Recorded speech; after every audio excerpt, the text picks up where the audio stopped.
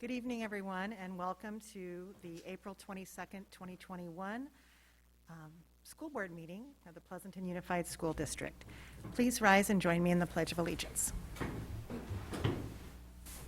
I pledge allegiance to the flag of the United States of America and to the republic for which it stands, one nation, under God, indivisible, with liberty and justice for all. Oh, happy April, everyone. So tonight, I am having a little bit of an echo going on. Who's got my microphone? There we go. I'll do a couple of introductions. To my right here is our superintendent, Dr. David Hagelin. I'm Joan Larson. I'm serving as the board president this year. To my left is trustee Mark Miller, who's serving as the vice president. Steve Maher, trustee Maher. Trustee Kelly McCaughey, trustee Mary Jo Carrion up here on the dais with us. And down in the audience, we have our cabinet, and we have Dr. Janelle Woodward, who is our Assistant Superintendent of Teaching and Learning, Mr. Ed Dialazo, who is our Assistant Superintendent of Student Support Services, Mr. Julio Hernandez, our Assistant Superintendent of Human Resources, Mr. Ahmad Sheikh Al-Assami, who's our Assistant Superintendent of Business Services, and we have Mr. Patrick Gannon, who is our Coordinator of Community Engagement and Communication. So, and tonight we have our student board member with us, yes, on Zoom. Yes, hello. Hi, I'd like to welcome Mahil Patil from Foothill High School. Is that correctly pronouncing your name? That's correct. Thank you. Oh, great. We'll get back to you when it's time for your board report. That would be great. Thank you and welcome. So we do have a little bit of action out of closed session that I'd like to read. Okay, thank you. First off, we have some exciting news. We have item 2.1.1.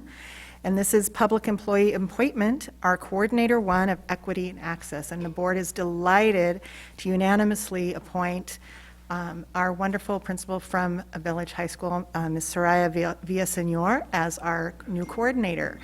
Congratulations. Are you with us tonight? Oh, she's not with us. I thought she was going to be with us. Well, it's wonderful to have you in this new role, and Village, not Village, sorry. Valley View, all the V schools.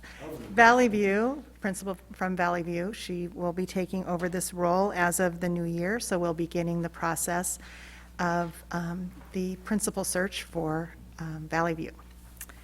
And then I have two items, item 2.3.1. It was in closed session, item 2.3.1, the board voted 5-0, moved by trustee Carrion and seconded by trustee McCaughey to approve a compromise and release agreement for internal case number SED 1500.2021 for the amount not to exceed $30,000. And then on item 2.4, on closed session, the board voted 5-0 and moved by trustee Miller and seconded by trustee Carrion to reject the tort claim number 592325 and reject it as to events arising within 6 months before March 9th, 2021, and to return it as untimely as to older events arising before 6 months prior to March 9th, 2021. And that is all the news out of closed session tonight. So then we will move on to approval of our agenda. That's on consent, okay. Is there anything else to be moved around on the agenda, or? Nope, okay, so I'll seek a motion to approve. So moved. And is there a second? It was been moved and seconded to approve the agenda. Trustee Carrion? Yes. McCaughey? Aye. Maher? Aye. Miller? Aye. Larson, aye. Thank you. And we now move on to item 6, recognitions and introductions. Dr. Hagelin. For our first recognition tonight, I'd like to recognize Mr. Hernandez. Thank you, Dr. Hagelin, President Larson, Board of Trustees, community, and staff. It's a great honor to recognize our local downtown merchants. We have engaged in a campaign to recruit substitutes in our school district. These merchants were gracious enough to allow us to post our posters on their windows. They've been really supportive of us, and we want to acknowledge our merchants. And we will be scrolling their names so that I could be spared reading all of their names. But these are all the merchants that helped us out, and we really do appreciate their support.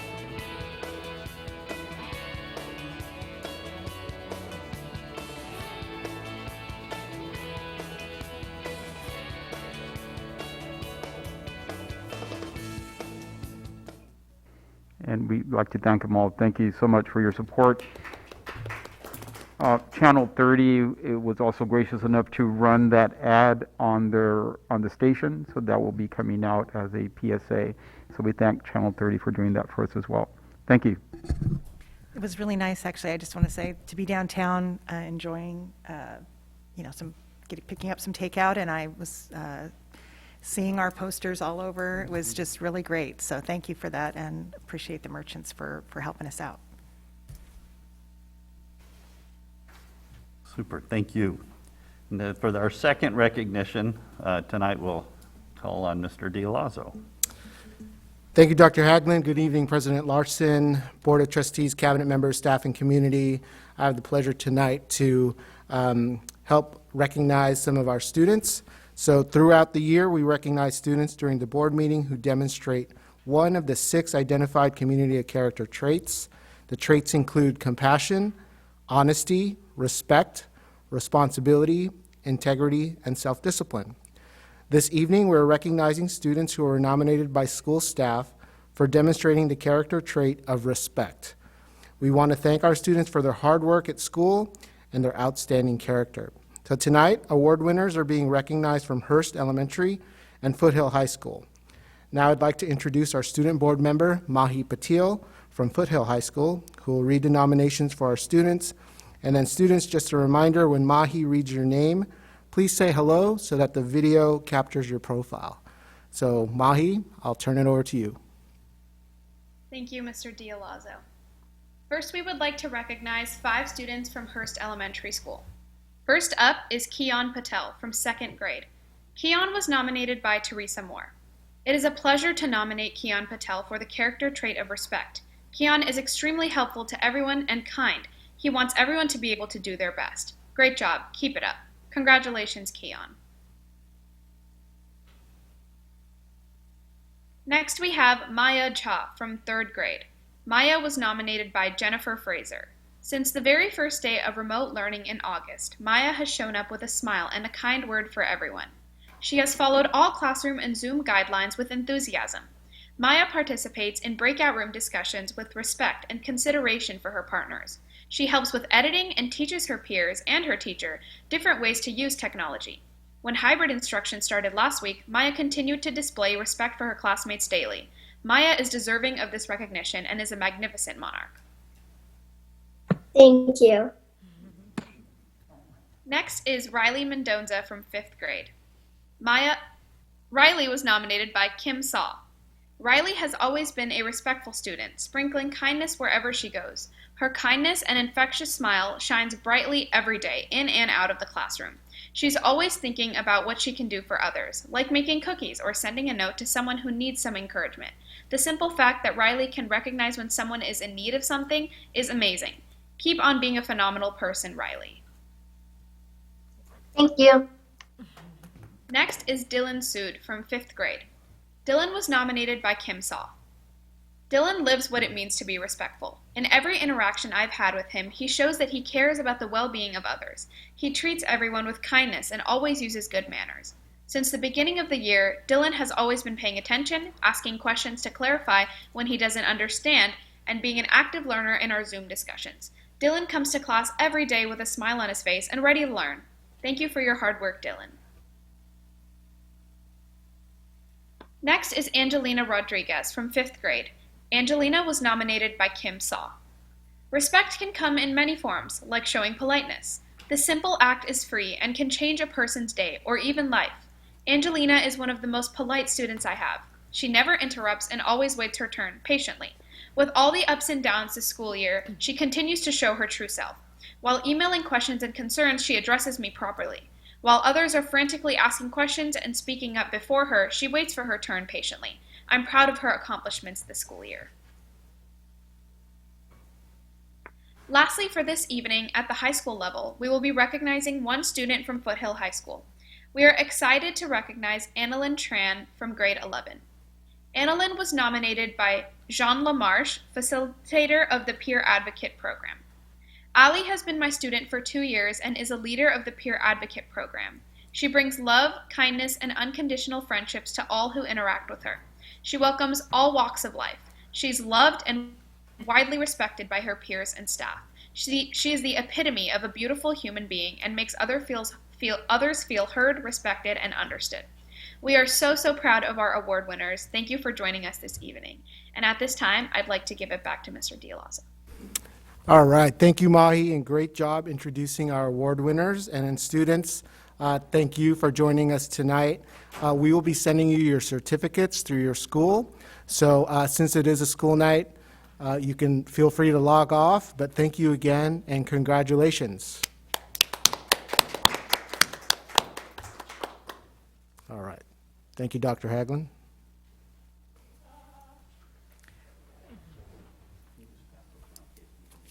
Oh, thank you. Sorry about that. Our final set of recognitions tonight will be made by Leidixon Principal, Mr. Jake Berg. Are you there, Jake? I'm right here. Good evening, Dr. Haglund. Good evening, Cabinet, and good evening, Board of Trustees. My name is Jake Berg. I'm the principal at Leidixon Elementary School, and I'm here tonight to represent AXA Region 6 and the Amador Valley Charter of AXA. For those of you who don't know much about AXA, AXA is the Association of California School Administrators. This year is the 50th birthday of AXA. It was founded in 1971 and currently has 17,000 school administrators that it represents here in the state of California. It is the largest organization of its kind in the United States. And AXA has 19 different regions throughout the state. We are in Region 6, which is all of Alameda County and all of Contra Costa County. Each of the regions is made up of several charters, and Pleasanton belongs to the Amador Valley Charter, of which Dublin and Tri-Valley ROP are also members. This year, I've had the pleasure of being the president of the Region 6, and so I'm here to announce the winners of our, the Pleasanton winners of our Amador Valley Charter Awards, and those folks moved on to be nominees for our Region 6 awards. So first, I'd like to recognize the Amador Valley Charter Human Resources Administrator of the Year, Mr. Mike Williams, who is the Director of Human Resources here in Pleasanton Unified. Mr. Williams, give us a wave. Thank you, Jake. Thank you, Mr. Williams. Also, the winner of our Confidential Employee of the Year is Miss Tammy Danielson. Is Tammy here today? Yes, I am. Thank you, Jake. Congratulations, Tammy.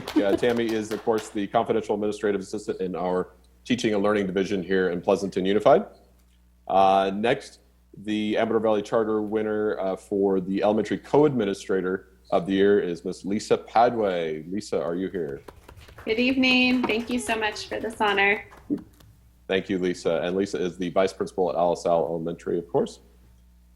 Next, in the category of Partners in Educational Excellence, PPIE, Pleasanton Partners in Education, they were our winner from Amador Valley Charter, and I believe Mr. Steve McCoy Thompson is here today. Steve, are you there? Yes, thanks so much. Appreciate it. Thank you, Steve. And of course, Steve is the Executive Director of PPIE. Thank you. And then that brings us to Mr. Ed Dialazo as the winner of the Student Services Administrator of the Year for the Amador Valley Charter. Mr. Dialazo, I know, is already here. Ed, go ahead. Thank you, Mr. Berg. Appreciate it. Thank you. And Ed, when we make these nominations, they move on to the region. At the region level, we decide who the winners are as well. And Mr. Dialazo was also the winner for Region 6. So congratulations for that as well, Mr. Dialazo. And then last but certainly not least, the Central Office Administrator of the Year for our Amador Valley Charter is Dr. Pam Vandekamp, our Director of Assessment and Accountability. Pam, are you there? Yes, I am. Thank you, Jake. Thank you for all your hard work as well. Oh, thank you, Pam. And Pam, was also the Region 6 winner in this category and is currently the past president of Region 6, and she was the president last year. And so I was lucky enough to be able to work alongside Pam last year and succeed her this year. So thank you for giving us this moment to honor all these great employees here in Pleasanton Unified, and thank you for all of your support of AXA. Have a great evening. Thanks, Jake. That's great. Congratulations, everyone, and it's so nice to be recognized by your peers. Dr. Haglund, did you have anything else to add to that? Just that we're very proud of our administrators and the work that they've done, not just in any given year, but to win those awards in this particular year. And I'm especially proud of Mr. Dialazzo. We could not have gotten through this chaos this year without you, Ed, so well done. Good job. Hear, hear. Okay, that means we're on to item number 7, which is when we hear from the leaders of our associations. So from the Association of Pleasanton Teachers, Michelle Verkeilen. Good evening, President Larson, members of the board, Dr. Haglund, members of the cabinet, and our community. I am Michelle Verkeilen, President of the Association of Pleasanton Teachers. Thank you, Downtown Merchants and Channel 30, and congratulations to our students who have demonstrated the character trait of respect, and to all our administrators on their awards. Before we go on, I would like to take a moment to honor the memory of our cherished teacher, Elizabeth Correa, who we lost in a tragic accident over spring break. We miss her every day, and we appreciate all she gave to her students, colleagues, and families. Rest in peace, Elizabeth. I have a little story for you tonight that's been shared on social media. A father said to his daughter, "You have graduated with honors. Here is a car I bought many years ago. It's a bit older now, but before I give it to you, take it to the used car lot downtown and tell them you want to sell it and see how much they offer you for it." The daughter went to the used car lot, returned to her father, and said, "They offered me $1,000 because they said it looks pretty worn out." The father said, "Now, take it to the pawn shop." The daughter went to the pawn shop, returned to her father, and said, "The pawn shop offered only $100 because it's an old car." The father asked his daughter to go to a car club now and show them the car. The daughter then took the car to the club, returned, and told her father. Some people in the club offered $100,000 for it because it's a Holden Toronto and it's an iconic car and sought by many collectors. "Now," the father said to his daughter, "the right place values you the right way. If you are not valued, do not be angry. It means you are in the wrong place. Those who know your value are those who appreciate you. Never stay in a place where no one sees your value. Never." We know our district values us. They have told us with kind words of appreciation. We know our students value us. They show us with smiles, conversation, respect, their personal growth, and acts of kindness. We know our families value us. They write us emails or cards and tell us what a difference we've made in their children's and their lives. Let's please make sure that our employees know that this is the right district for them by showing them they are valued in the right way. As we approach the last month of this very unique and very challenging school year, let's make sure we understand that our educators have had to redesign teaching and learning this year, and they've had to do it multiple times and in multiple ways, basically continually throughout the year. Our families have worked together with us to make this year the best it could be in the circumstances with which we've had to contend. Our students have made gains. They've made gains academically, they've made gains emotionally, they've made gains through perseverance, and we love our students and know they will continue to make gains, and we will be there to support them through that process. Our educators have reached out virtually and in person to teach, support, lend a helping hand, and let students and families know that they are here and that they care. They have doubled and at times tripled the amount of hours they put in to get the job done. That is what it has taken, and they have risen to the quest, exhausted and beaten down at times, but risen nonetheless because they do it for their students. They are consummate professionals. Mental health relief and support is not just needed for our students, but but it is needed for us as well. News stories are coming out about the need for mental health care for healthcare workers, and I'm sure more stories will follow about the need in all different areas of service professions like teaching. Our educators and their families have faced and endured financial hardships as others have during this time.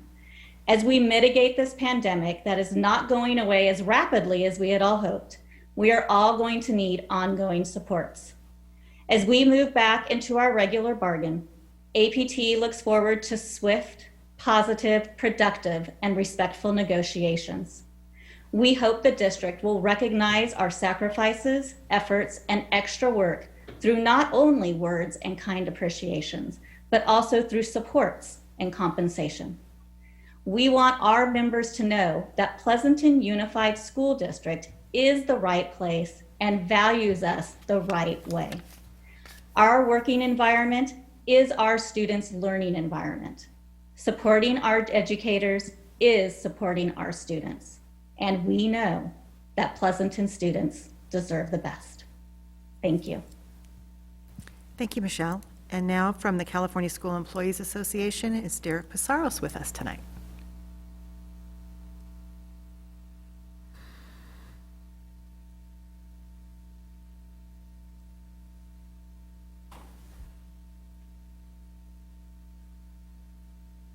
Derek, are you with us? All right, well, we're going to move on, and then if he's joining or having some technical difficulties and comes in at a later point, just give me the high sign and we'll jump right back into that. So moving on, we don't, unless something has changed, we have no public comment on items not on our agenda this evening. So then we'll move on to item. Yep. You just got a public comment? Okay. So we have one public comment for items not on our agenda tonight. So, Mr. Gannon. Yes, our first and only public comment for this evening comes from Mr. Steve McCoy Thompson. All right, thank you, Patrick. Just want to say very quickly, thank you very much for honoring PPIE with this award. We really appreciate it. We just completed our virtual run. It was actually quite successful. We had 1,000 people run. We steered them to a lot of small businesses where they got 10% discounts, and people, I think they really appreciated it. And mark your calendars. We are planning to have an in-person run on April 24th at the fairgrounds next year, and we're all very hopeful that we will emerge from this tunnel. We met with our board, and with support from the school district, PPIE does plan to meet our full commitment to support all the staff and programs that we've funded in the past for next year. So we appreciate school district support for that, and we're making a full report out at the school board meeting in May.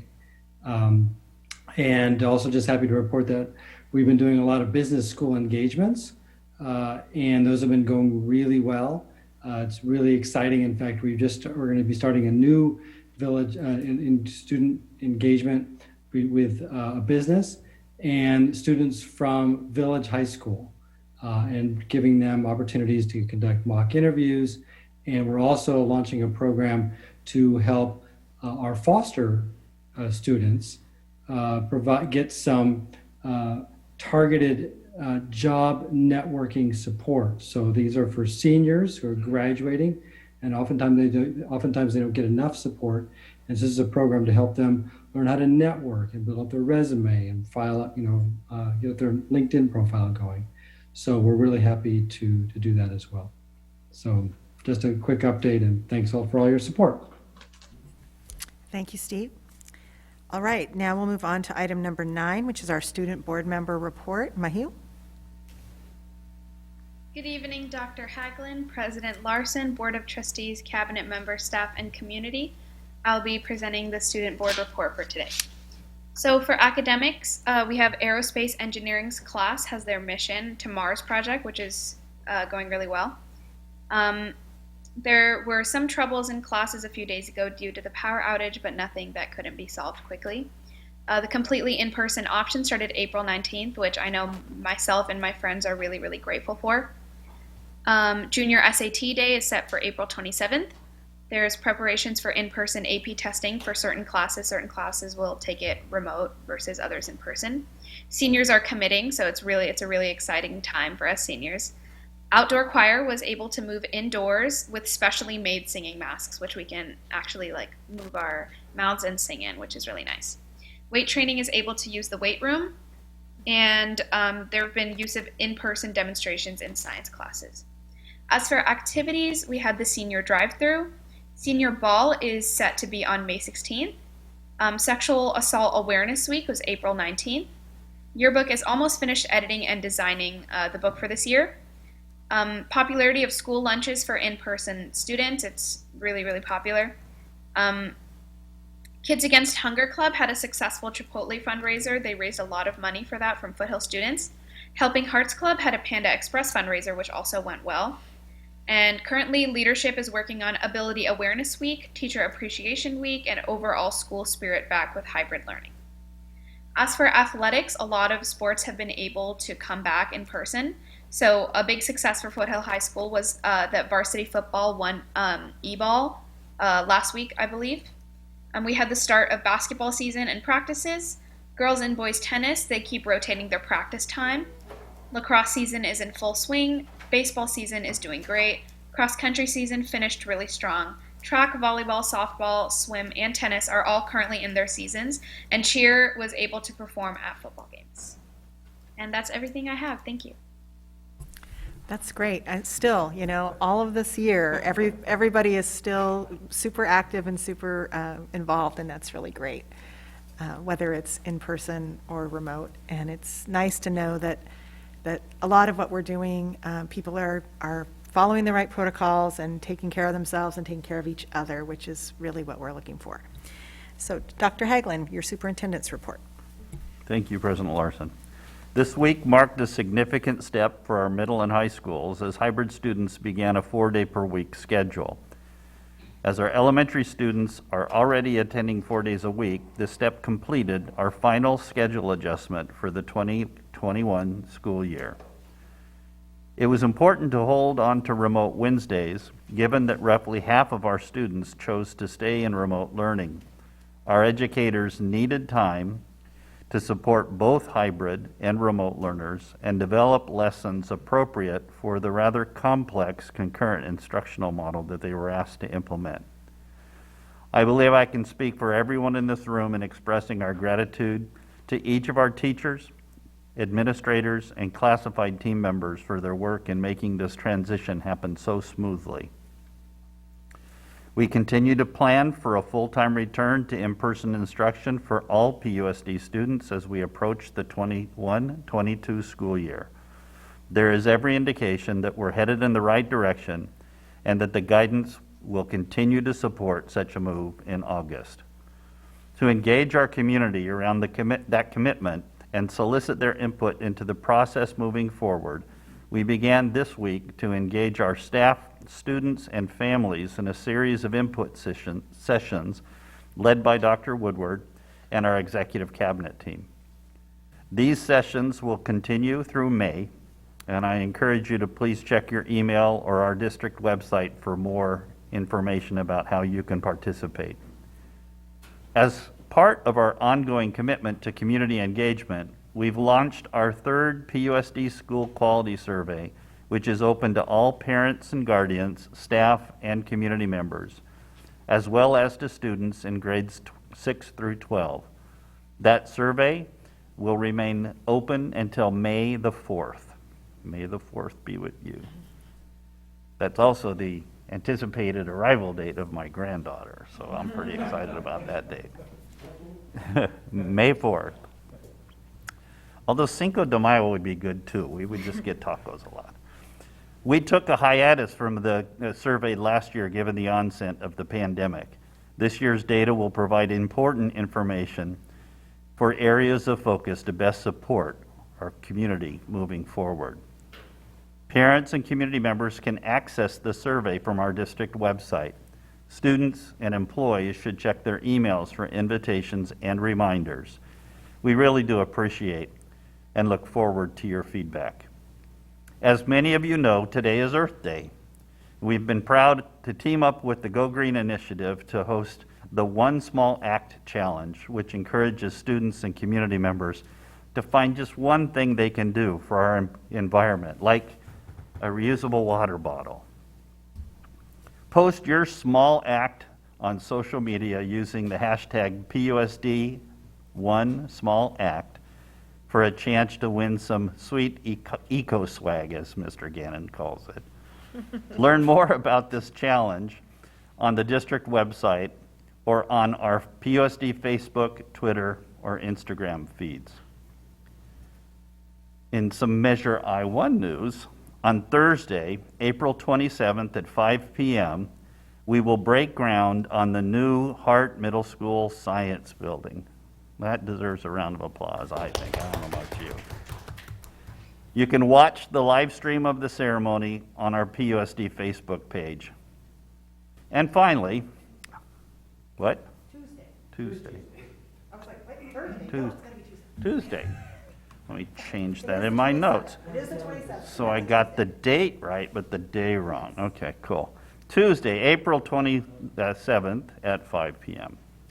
So finally, I want to give a shout out to Amador Valley High School junior Philip Avday, who captured third place out of 2,300 entries in C-SPAN's student documentary film competition with his film entitled Frontier. Take a look.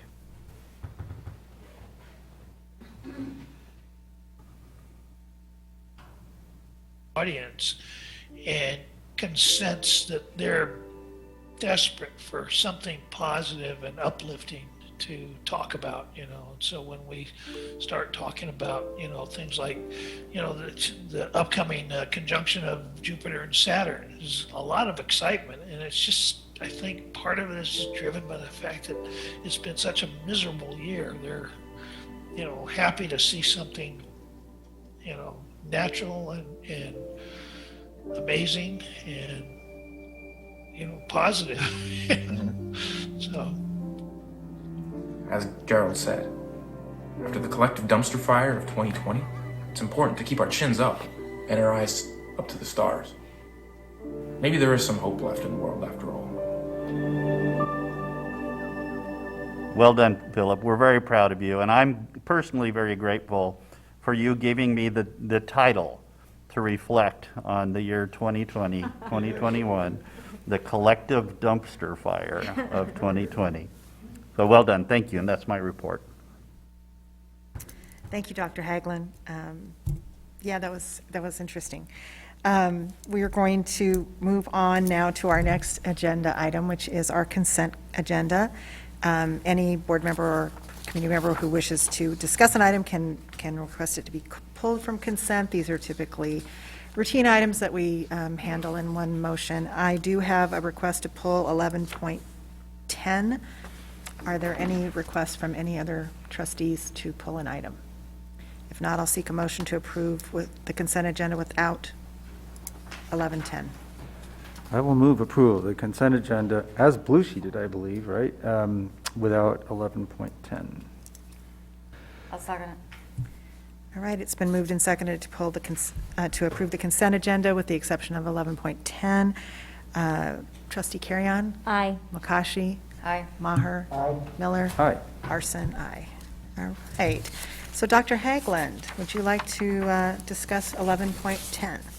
Yeah, just briefly, and I did pass out some helpful materials, I hope, for everyone. Often when we pass resolutions, it's been our opportunity and kind of a fun thing to be able to read the resolutions that we're passing. In this case, I'm going to turn the resolution reading over to Dr. Woodward, who will give some brief introductory comments. Thank you, Dr. Haglund. Good evening, President Larson, trustees, Superintendent Haglund, Cabinet, and our Pleasanton community. This item is approval of Resolution 2020-2021 2.4 recognition of Adult Education Week. and I'm going to turn it over to Assistant Director of Adult Education, Crystal Corbus, who will begin us in the reading of the resolution. And just to be clear, once it will come back to Janelle, who will be the second whereas, and it'll come around this way for the rest of us. Thank you so much for this opportunity tonight to be able to start this reading. Whereas the first recorded adult education class in California was held in the basement of St. Mary's Cathedral in San Francisco in 1856. The class was authorized by the San Francisco Board of Education to teach English to Irish, Italian, and Chinese immigrants. John Sweat, who was the first volunteer teacher for the class, later became a state superintendent of public instruction.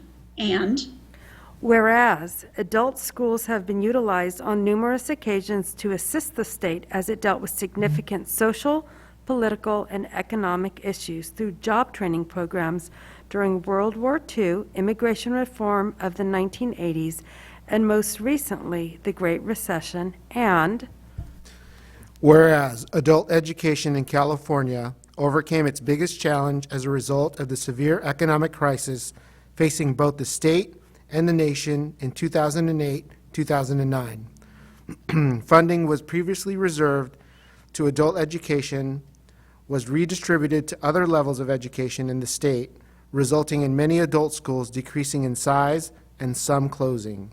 And whereas there are currently over 600,000 adult learners enrolled in ESL classes at adult schools across California that are in the age range to have children in our public school system, the impact of adult education is felt across generations, particularly for early childhood learners who have been characterized as a priority of the governor and legislature.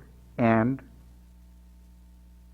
whereas Pleasanton Adult and Career Education successfully serves Pleasanton and the surrounding communities through its collaboration with its community college partners and community-based organizations through the adult education system.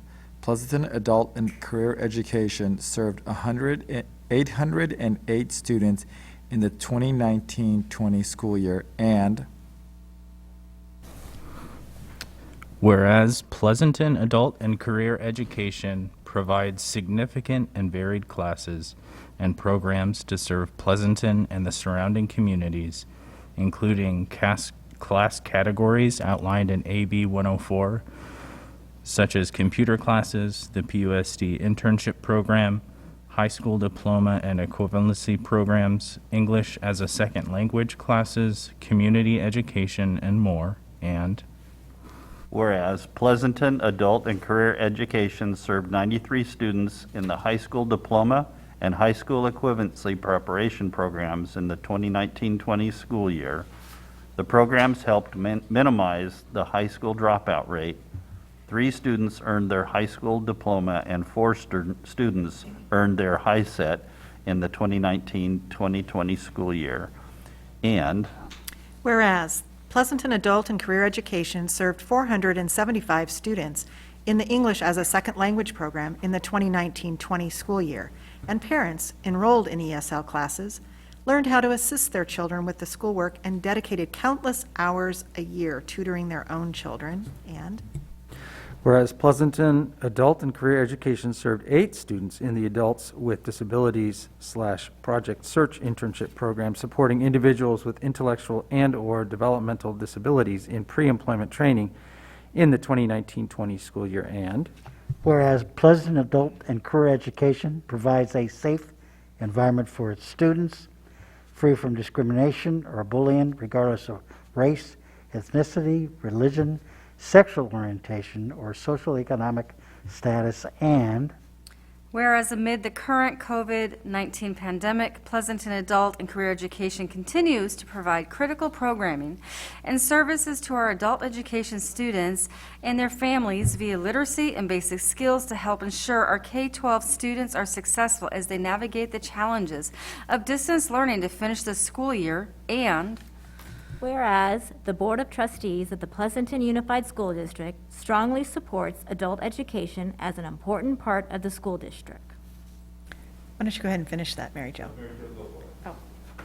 Be it therefore resolved that the Board of Trustees of the Pleasanton Unified School District strongly urges the Governor of California, Gavin Newsom, and the California Legislature to recognize the important role of K-12 adult education in addressing the needs of our communities in the short and long term, and to increase access to programs and services for the most in need and not yet reached members of our great state.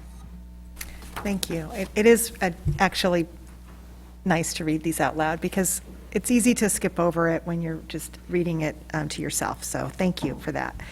So is there a motion to approve Resolution 2020-2021.24? I'll make a motion to approve. I'll second it. Kelly seconded.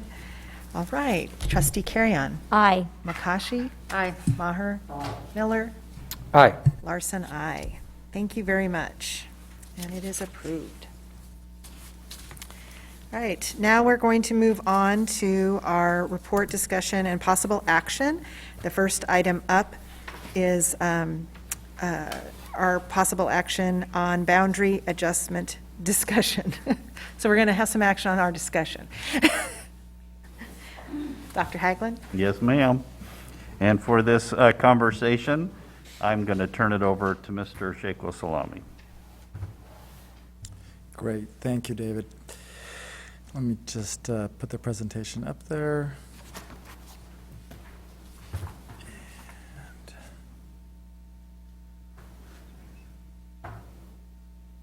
there we go. So for tonight, we want to discuss the process by which we want to look at boundary adjustments in the district. And to do that, we'll cover some background as to why we're here and what we're looking at. And then I'll turn it over to Director of Facilities and Construction, John Chwastik, which will kind of go through the details of the process.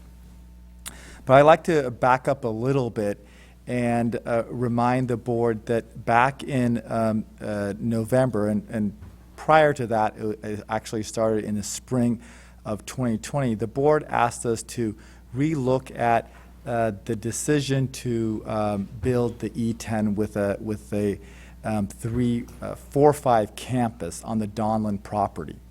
And through that process, we recognized that there were several factors that needed to be reevaluated.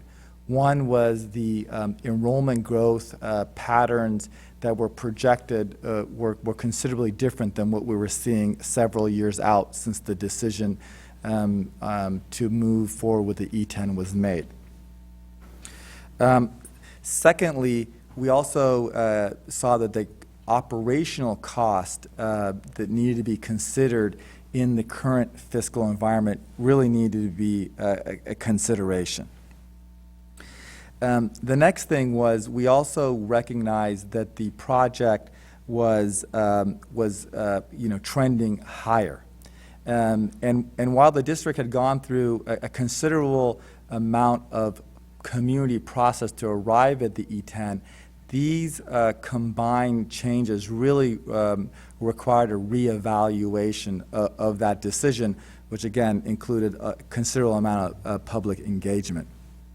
And so when we started to do another dive into the data, we recognized that one of the key components the decision was made to build E10 was based on some of the enrollment challenges that the district was facing, particularly in the Donlan area.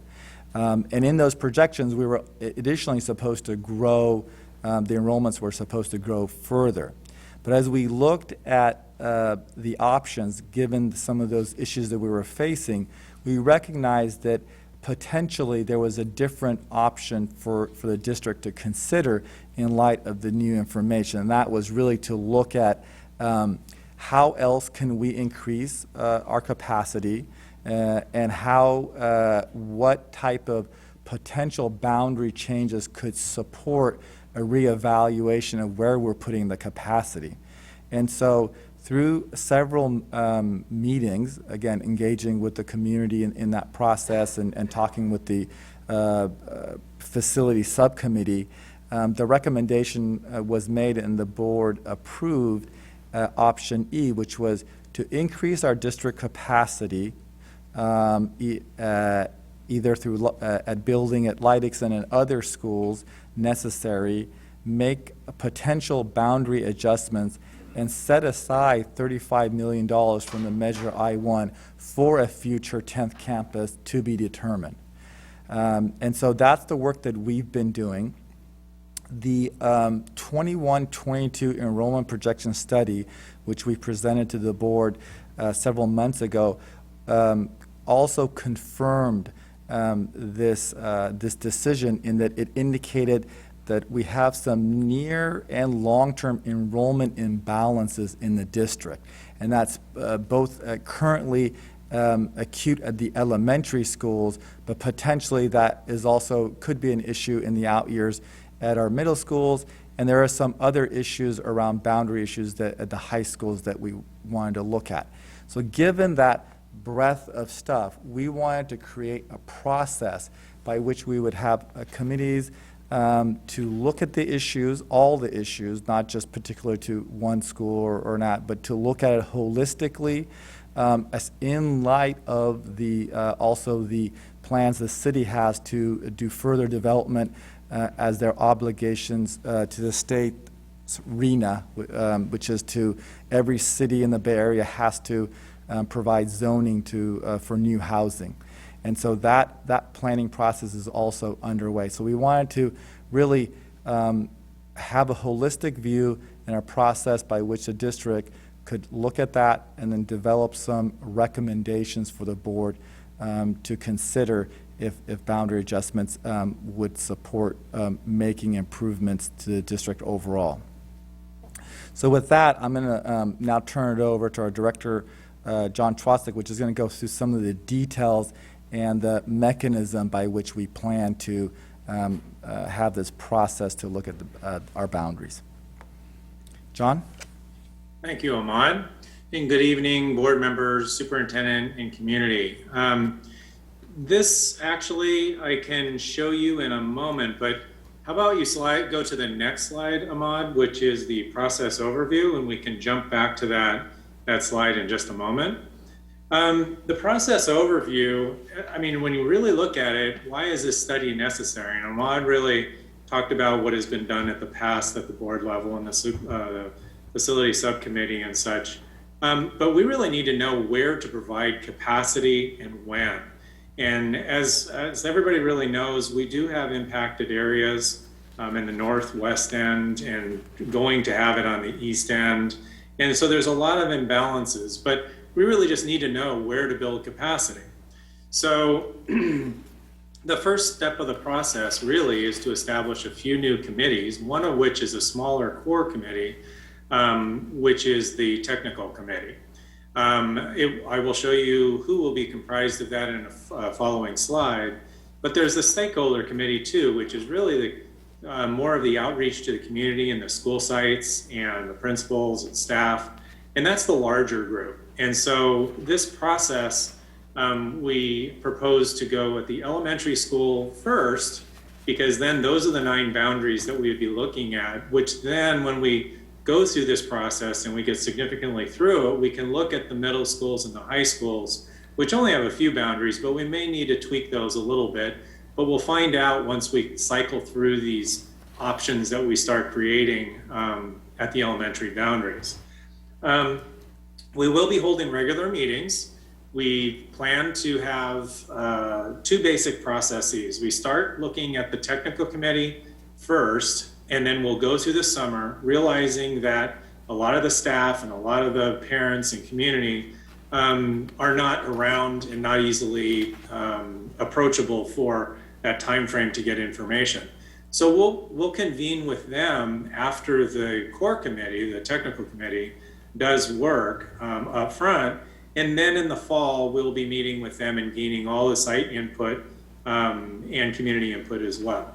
So that will be cycling back and forth between those 2 committees. But then as the facilities subcommittee meets monthly, we will be presenting our progress, and we'll periodically be presenting our progress to the board as well. And so let's see.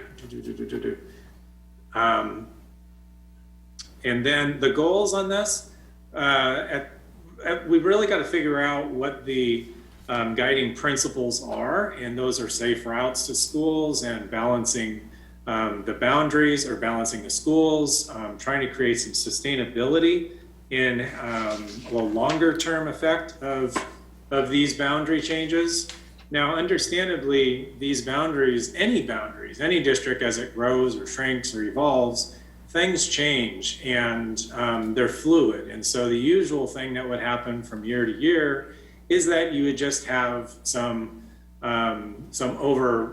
overloading, which is not the favorable way to go. But it does happen, and we do have to have some flexibility. But our plan for the boundary adjustments really is to build capacity at all the school sites, create equity between the school sites, and then also we need to create a transition for these school boundaries, because you don't just make a decision that it's going to be this way and only this way. No, it's you grandfather in the students that are getting older and the family members, and you have a mechanism which will be refining through this process to how we actually grandfather and transition these school boundaries.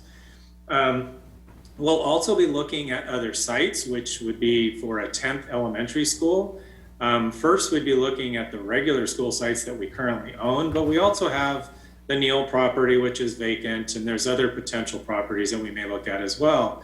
And that's how we could look at using the $35 million for Measure I-1, which has been stopped on E10. So that's being held. It's not being drawn upon in the Measure I-1, excuse me. So, and one thing that also happened at the the November board meeting is we increased the capacity at Leidixon. And so we will be talking about that. I'll be talking about it in a future board item tonight, and so I won't elaborate on it right now. So the next slide, Ahmad. Basically, the committees here, these are the members that we propose. The technical committee, which is the smaller committee, we'd have an assembly of district staff and then also consultants as needed, the construction management of Van Pelt and then the demographer. And so we'll capitalize on this during the summer when the school sites aren't in session. The stakeholder committee, we will form it toward the end of the summer, and then we'll actually hold meetings with them in the fall, and we'll present our findings and options and things like that. And we'll also be cycling to the board facility subcommittee and the board meetings for updates. The bottom stuff here I've already gone over in the slide prior to this, so we can just jump ahead on this on the next slide. The stakeholder committee is a little more detailed. This would be the same group, which is the top staff up there, but also it includes school principals. And so the principals will be focusing on the elementary first, so we wouldn't necessarily be inviting the middle or the high school unless they wanted to attend. But we want to focus on the elementaries, and then as we go through the process and focus on the middle and the highs, we'll invite them at a later time. So we're not trying to get everybody at one time, we're trying to get the right people there at the right time.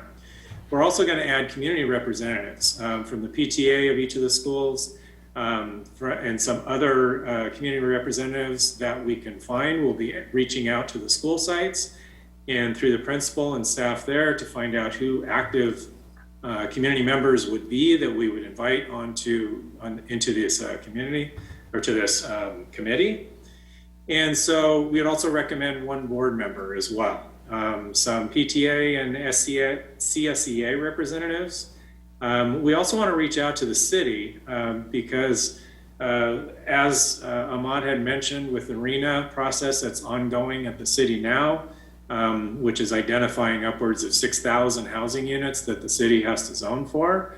We want to be at that table as well and talk to them and share our needs, but also figure out ways to fit in how we can better work together as a city and as a district. And then, of course, we have our Davis Demographics and Van Pelt as our consultants. So next slide, please. The tentative schedule, like I mentioned before, it's kind of a two-phase process, the summer and then going into the fall and then into the winter. So primarily the technical committee will operate during the summer, and then we'll be presenting options. These are not going to be finalized options by any means, but it's just sifting through the data, coming up with potential solutions, and then also then meeting with the elementary schools and finding out their needs and bouncing off these ideas. And we want this to be as collaborative possible. And we also are thinking of ways to have social media outreach to where we can reach a larger audience of the community as well. So we'll be toying with those ideas during the summer with our technical committee. And then as we go through this, again, cycling through the board facility subcommittee and then the board for the progress. And then finally, we'd be trying to come up with solutions in the spring of 2022 to potentially implement the boundary adjustments in the fall of 2022. This may not happen at that time frame, but that is our goal in this process. So the next step, or the next slide. So the next steps are we're recommending to the board to have a discussion and then also a possible approval of this plan. That's the action component of the agenda. And then we would start, once this is approved, we would assemble the committees and start the process. And then we report the progress to the facility subcommittee and the board. So with that, we're open for questions, and we're done with the presentation. Thank you, John. Questions? You're welcome. Trustee Carrion. I really like the fact that you are involving a lot of people, but I feel like we're missing the teachers here. We have on page 8, we have CSEA representative and PTA. I'd like to see if we can include some teachers and an APT president if possible. Sure, we will write. We will include those people. I have a feeling that was probably a typo. Yeah, it's there. It should It's say APT and CSEA. Okay. That's an easy typo to make. Okay, thank you. And yeah, my main concern is I just want to make sure that this is a really difficult process. It's very emotional. I mean, it's your family, so I want to make sure that we include as much discussion as possible, especially at the town halls. It would be great if you can maybe, I don't know how many you're planning on having, but I really want our community to have a voice. So that's mine. Absolutely. Other questions? Mark? Just not a question. I'm very supportive of the plan as you have laid out with the changes. Good call on that one. I just a little bit of board perspective maybe or transparency is that, you know, we've gone through a lot of conversations around school sizes and all these kind of things, and we really did have a goal of trying to keep our schools a little bit smaller and so forth. But you know, putting on our practical hat, costs of things, ability to actually find a school site for a new school and everything, it really became apparent that the plan to build a new school right now is just not a good decision. And so in order to do the plan that we're showing here, we are going to need to make some adjustments in sort of our, you know, desires or guidelines around like school size and that type of thing. And then one thing that I kept coming back to when we started talking about this before is that our overarching goal in this community was to have neighborhood schools.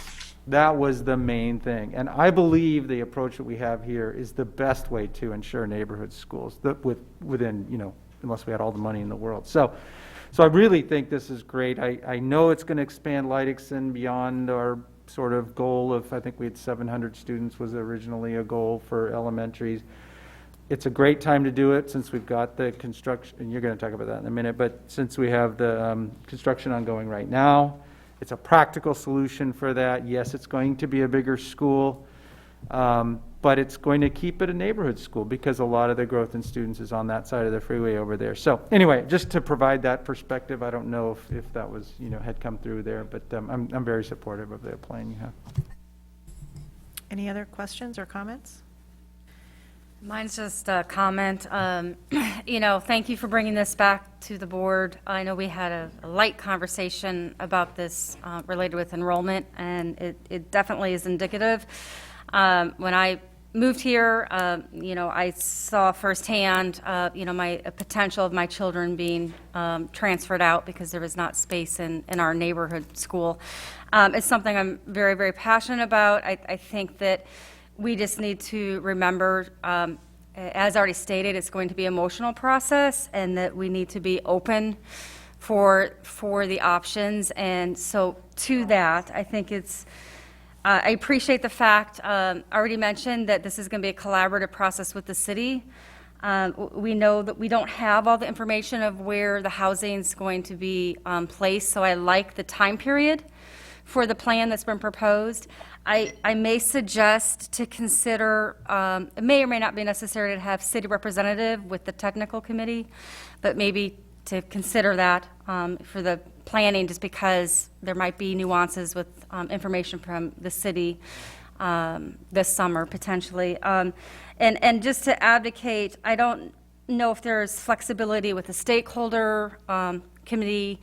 I do think it's important to have not only parents involved, but other residents who may even be interested in reselling their property. There's just so many different factors that will attract potential new people coming into the community and insights. But definitely very excited about this. I know it's going to be a process, and it's going to be really important that we are transparent with the communication and the updates as we go through the process for the boundary changes, because it's going to be important that we include that dialogue back and forth with the community, not just with parents who have children in the schools. So. All good suggestions. I'm going to put on my old lady hat here as the senior longest-serving board member. Look what I have here. I have a document that I dug out of my files from the last time we did boundary changes, and I have the committee introductions, and this is the fall 1998 scattergram that we see every time we do a demographer's report about our attendance. I made some really, really interesting notes. Like I said, it's fairly logical. I'm a parent. I have a 2-year-old. I'm getting reboundaried out of my school where my son attended to where my daughter would now go to a new elementary school. So I was very interested in the process, and I attended all of the community meetings. So I just had to share that little bit of history with you, and I'll just pass that over to the superintendent. We've talked a lot about this, and this always happens because people are living their lives, and especially this year, stuff has been, you're so focused on the pandemic-related items, and so then we make all these plans, and we talk about this, and we feel like we're being as transparent as possible, and we've communicated all of this information, and then people go, what? You're changing my boundaries? And just like every decision, whenever we make a decision, whether it's instructional minutes or whether it's something else, every decision that involves any kind of change involves moving somebody's cheese, right? And the problem is that right now, the folks who are, I don't want to keep going on this metaphor, the cheese is moldy, who are having a problem, who are suffering from this, their needs aren't being addressed. The folks who have to commute across town because we don't have space at a neighborhood school. And so it is a process, and we joke about how, we want you to start this process after some of us have left the board, because it is an emotional process. And trust me, I've personally been there. I lived this. So I like the fact that we're going to have a lot of stakeholder engagement. I really appreciate, John, you saying that there are going to be some technical things that are worked out in advance, but they're only options. They're not they're not plans that's what the stakeholder committee gets to choose from. At least that's what I'm interpreting that comment to mean. Because there may be some ideas that come forward. There are going to be decisions that have to be made about whether or not you grandfather in siblings, whether you, I mean, it's a very complicated issue, and there are going to be a lot of opinions. So I do appreciate the layout of the structure of this. You know, it is something, as Trustee Miller went through, you know, we had to put a hold on our original plans due to financial circumstances and our declining enrollment, quite frankly. So, you know, as those numbers change, then, you know, future plans can change again, and we feel we've been very conservative by setting aside the promised $35 million for a new school and saving that money to take care of the enrollment that we're going to anticipate still needing in 5 years or so. So anyway, with that, I just, again, I just couldn't help sharing that. I just want to say, please participate when the call comes out and your PTA newsletter comes out, or your principal asks you to, if you'd be interested, please volunteer, because the work that we're going to do together over the next year on this issue, we want a quality product that meets the needs of our students and our families, and that addresses the challenges that we have with, you know, programmatic issues at, you know, when you have two different high schools at two different sizes, and it's the offerings that you're able to offer. And we take a lot of pride in this community that you get to, whatever school you go to in Pleasanton, it's a good school. And I remember the last time we talked about boundary changes, which was in the early 2010s. You know, the issue of Mission San Jose is brought up. When they made boundary changes in Fremont and someone's house got moved out of the Mission San Jose boundary, they lost $100,000 of their value of their house. I mean, it's crazy stuff like that. We don't have that kind of situation where we have one school that's the premier school and all the other schools are fine. We have great schools here. So we just want to make sure that our families are included, that we come up with something that's logical, makes sense, that's going to serve us well over the next 5 to 10 years, because that's about how long it takes before you have to do it again. So anyway, with that, is there a motion to accept the proposed plan? I will move approval of the proposed boundary adjustment process. I'll second it. All right, it's been moved and seconded to accept the proposed process for our boundary adjustments. Trustee Carrion? Aye. Makashi? Aye. Maher? Miller? Aye. Larson? Aye. Thank you for the report. On to item 12.2. This is report and discussion on professional development, teaching and learning during a pandemic. Thank you so much. Good evening, everybody, again. So this is a report and discussion on the professional development that has happened during this pandemic. For several years, the PUSD Integration Specialist Team, including Eric Little, Lisa Heifel, Kelly Hilton, and Scott Padway, have provided a multitude of training and coaching support to our educational staff. In March 2020, in fact, even slightly before then, education across the world changed for our students and educators and continues to transform throughout the course of this pandemic. Since that time, the focus of professional development has been to guide our PUSD educators on the journey through remote, hybrid, and concurrent instruction, and preparing for next year while building on our collective strengths and putting student learning at the forefront of our work.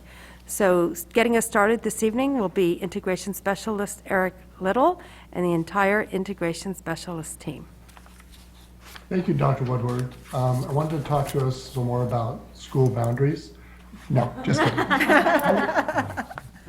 Kelly, Scott, Lisa, and I would like to share a quick story about the teaching and learning that's been taking place lately. It's quite a story. As we tell this story about our amazing teachers and students, we invite you to see our integration specialist team as designers, coordinators, and directors of professional development, as coaches that are constantly listening, encouraging, and supporting teachers to be their very best, and as connectors that bring great ideas from one side of the classroom to another. Now, there's a history of job-embedded professional development in Pleasanton. the 2019-2020 school year saw all elementary teachers and all secondary math, ELA, and special ed teachers participate in a 3-day job-embedded professional development. Teachers were immersed in a deep study and application of universal design for learning strategies and PUSD's commitment to multi-tiered systems of support. Teachers researched, strategized, and planned together ways in which they would immediately adjust their lessons to support the academic, behavioral, and social-emotional needs of their students. The lesson study has been a very effective method of job-embedded professional development, and PUSD made the wise decision to implement this model systemically. Teachers taught live lessons with their colleagues in the classroom, applying their learning of these initiatives. But little did we know that the bonds that these cohorts of teachers developed and the collaborative relationships that they formed with each other would pay huge dividends. Our teachers had created a foundation that helped ready them for the unforeseen leap into remote teaching and learning.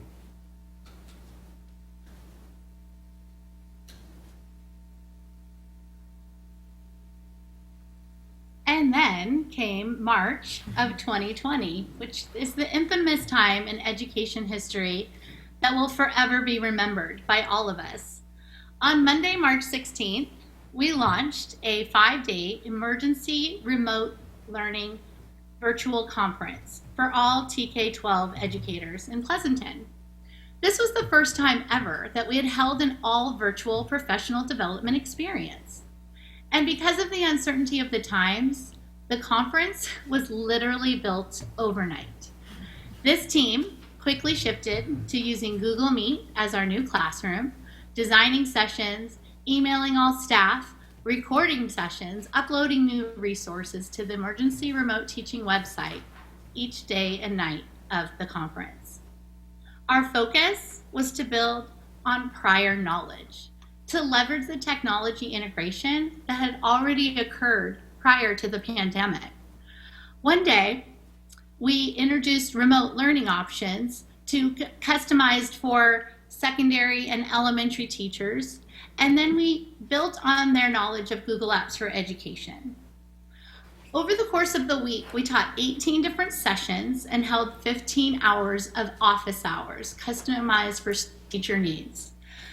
We aligned all of the sessions with our first initial goals at the time, which was to build a home base for students so that they could communicate with teachers and communicate for assigning and collecting work, learning how to use video effectively, designing instruction for our new world of synchronous and asynchronous work times in our new remote learning schedules, digital lesson design, and how to use digital curriculum, and of course, many conversations around the different assessment options. After the week of emergency remote teaching virtual conference, we shifted to one-to-one classroom support. We demoed lessons, collaborated on lesson designs, had daily office hours, and created just-in-time tutorials for coaching and anything else that teachers needed.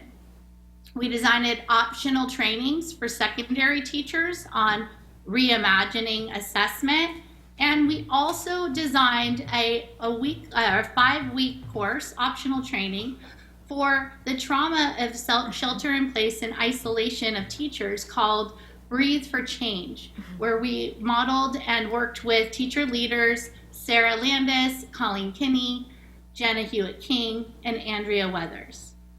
Now, if we could go back one slide, I'm going to invite you to take a moment to look at those pictures that are pictured there.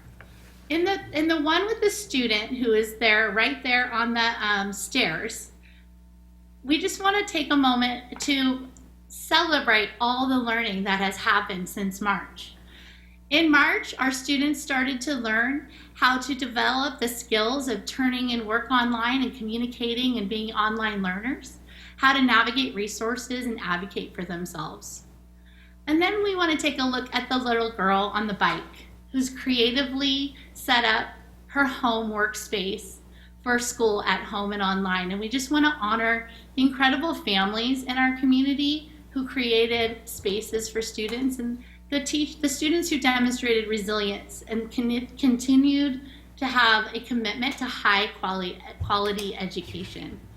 And finally, if you can take a look at that third photo of the teacher workstation, we literally saw hundreds of different models and setups of the teachers who went home and created classrooms from their own homes.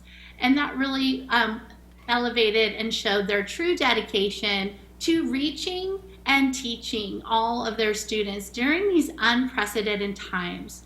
Such a testimony to their high level of professionalism and dedication to the students of Pleasanton. Thanks, Kelly.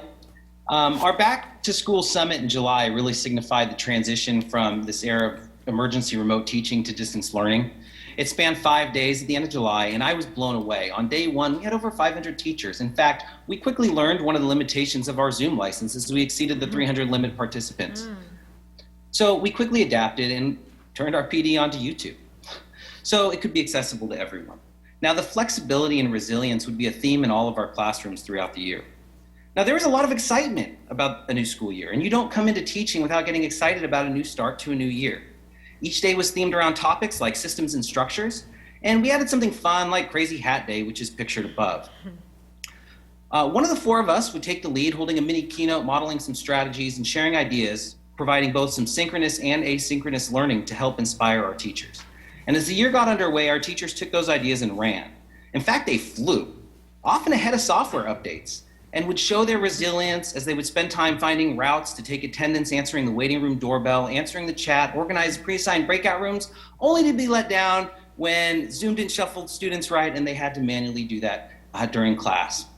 But we always realized that there would always be a new update coming.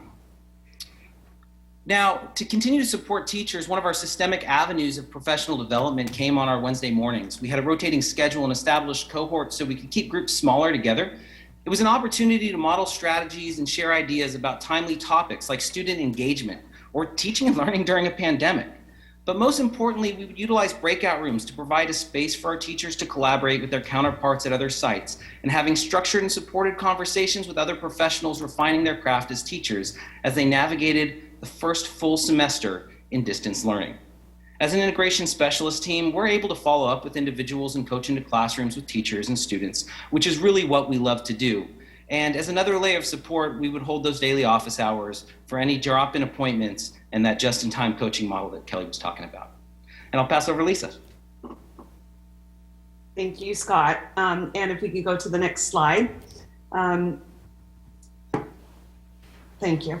In January of this year, we began the preparation for moving back into the classroom. And while this photo of Stacy Shelley teaching her TK class with kids in the room and at home make it appear to be easy and doable, in practice, this is enormously complicated. With that in mind, we developed professional development workshops in phases to account for the many layers it takes to pull this off. We researched and met with district leaders and experts across the country to find out what they were doing, then adjusted ideas and methodology to fit our community of teachers and students. Next slide. We started with structures for effective instruction through Zoom, adding in how to safely set up a classroom for in-person instruction. Teachers were then tasked with learning how to utilize the new technology they received and how to set it up themselves. We then shifted into sharing concurrent instruction strategies. And our latest addition to our professional learning has been Virtual Ed Camp, where teachers had the opportunity to suggest topics they needed most and then choose between 20 Zoom rooms to collaborate with colleagues around their topic of choice. Next slide, please. The work that teachers did preparing to teach in our current conditions is monumental. On top of learning new setups and devices, they had to process and learn how they will attend to students in the room and students on Zoom, all while learning how to design engaging, relevant lessons to meet the needs of both audiences at once. Through our workshops, phone calls, emails, and in-person coaching support, they worked after their daily instruction hours to ensure that their setup was functional, engaging, and effective for the instruction they were going to be doing. And as we all know, anyone who works with tech, even with the best laid plans, it fails, and without warning. Next slide, please. Which brings me to my takeaway from doing this work. As a tech integration coach, we have the privilege of seeing all that is going on in the classroom and behind the scenes to make this year work for all needs. And my one word for our teachers, students, and parents is wayfinding. This is the workaround generation. When all fails, there is a solution to be found. And yes, in this picture, this is a 7-year-old who has learned remotely how to take a photo of their math homework with their computer, download it, and then upload it and turn it into Google Classroom. And you could see the look of excitement on not only the teacher's face, but my own, that this is the kind of learning that was happening. This new level of efficacy is one piece of learning gains that I have seen from not only our teachers, but also our students. Learning gains that are happening in all classrooms every day. My hope that we start to pay attention and talk more about these gains. They are unprecedented. And if we are only seeing our losses, I'm afraid we're missing the valuable learning that's happening right in front of us. Now, as I think back on this pandemic, I've often thought about how grateful I am that it was 2020 and not 2015. You know, 2015 was a very different world, and the board had just decided to expand our middle school laptop initiative by providing 3-to-1 devices at our middle schools. To support that effort, we created our blended learning academies, which are both pictured in the tweets above. And as pictured on the left, we were having important conversations with teachers about being very purposeful and, really using technology when it's appropriate, but, not always. And it's the online and offline conversations, but that all changed. The Blended Learning Academy evolved to support the 1-to-1 device initiative and advancing skills of our teachers. It's the foundational work that's been done in pusd that has helped our teachers meet this moment in education. In fact, at one of our last Blended Learning Academies, pictured on the right, you can see, this was in November, right before of 2019, you can see our teachers discussing digital tools with the author of the Google Infused Classroom, utilizing some telepresence equipment from a CTE Career Pathways grant and bringing that experience to all of our teachers and modeling how all teachers can bring in real-world experts into their classroom. None of us would have imagined that in a few short months later, telepresence or Google Meets or Zoom would be the doorway for all of our students to all of our classrooms. It's really this sustained effort at supporting teachers' professional growth and innovativeness over the years that's helped provide a solid foundation for the shifts during this unprecedented school year. These are pictures from a math cohort lesson study. In the top pics, the amazing Kyle Riddle and Sharon Karula are leading students from Harvest Park through lessons, while the 15 or so other teachers in their cohort observed and noted the many ways in which the teachers supported their students in the lesson. This is one example of grade level and subject area cohorts engaging in job-embedded professional development centered around the UDL strategies of engagement, representation, and expression. My takeaway? It's all about forming a firm foundation. Student growth is directly proportional to teacher growth. So to our school board, you're doing pretty good, no cap. Seriously, props to you for approving the resources to support job-embedded professional development for all grade levels. Thank you, Eric. And when I reflect on the work that we have all accomplished, our entire community, the Pleasanton community, the theme that comes up for me is that learning is a journey, and we have all done so much learning. Every single one of us alike have gone through this shared pandemic experience. We have all experienced something that has never ever happened in our lifetimes in education. All stakeholders have grown exponentially in their skill sets. And we could not have done any of this without leaning on each other as a community and by supporting the academic and social and emotional well-being of each other equally. So our educational spaces, instructional delivery strategies, and the possibilities or places that we take our students next will forever be changed and will continue to change. And this is a very exciting place to be. Because for those of us who've been on this journey for quite a while, we know that not one school year is the same. But what remains the same is how each of us has an impact on the lives of our young people. American philosopher Sidney Hook was quoted in saying, "Everyone who remembers his own education remembers teachers, not methods and techniques. The teacher is the heart of the educational system." So, in closure for tonight, I just want to invite you all, everyone listening, if you have a piece of paper nearby or you want to jot a note down or just think in your mind, but think about the impact that a teacher that you know has had on your life or in the life of someone that you love and you care for. And perhaps as we bring closure to this incredibly different school year, consider reaching out. Consider having a conversation or writing a personal email to say thank you and to share with them about the impact that they have had, to acknowledge the support that they have provided to our students and to our community. Because without their heart, their expertise, their dedication, our future leaders, scholars, artists, engineers, scientists, and all of our students who are our future would not have had the opportunities to take their own learning journey this year. And from our classroom, our school classrooms, to Zoom, to classrooms with roomies and Zoomies. We really just want to dedicate this presentation tonight to all of our PUSD teachers, and thank you for being wayfinders and taking this journey with all of our students.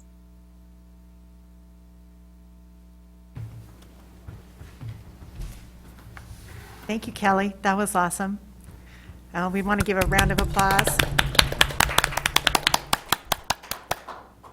And I love that Scott mentioned the fact that, you know, what would it have been like if it had happened in 2015 before we did this.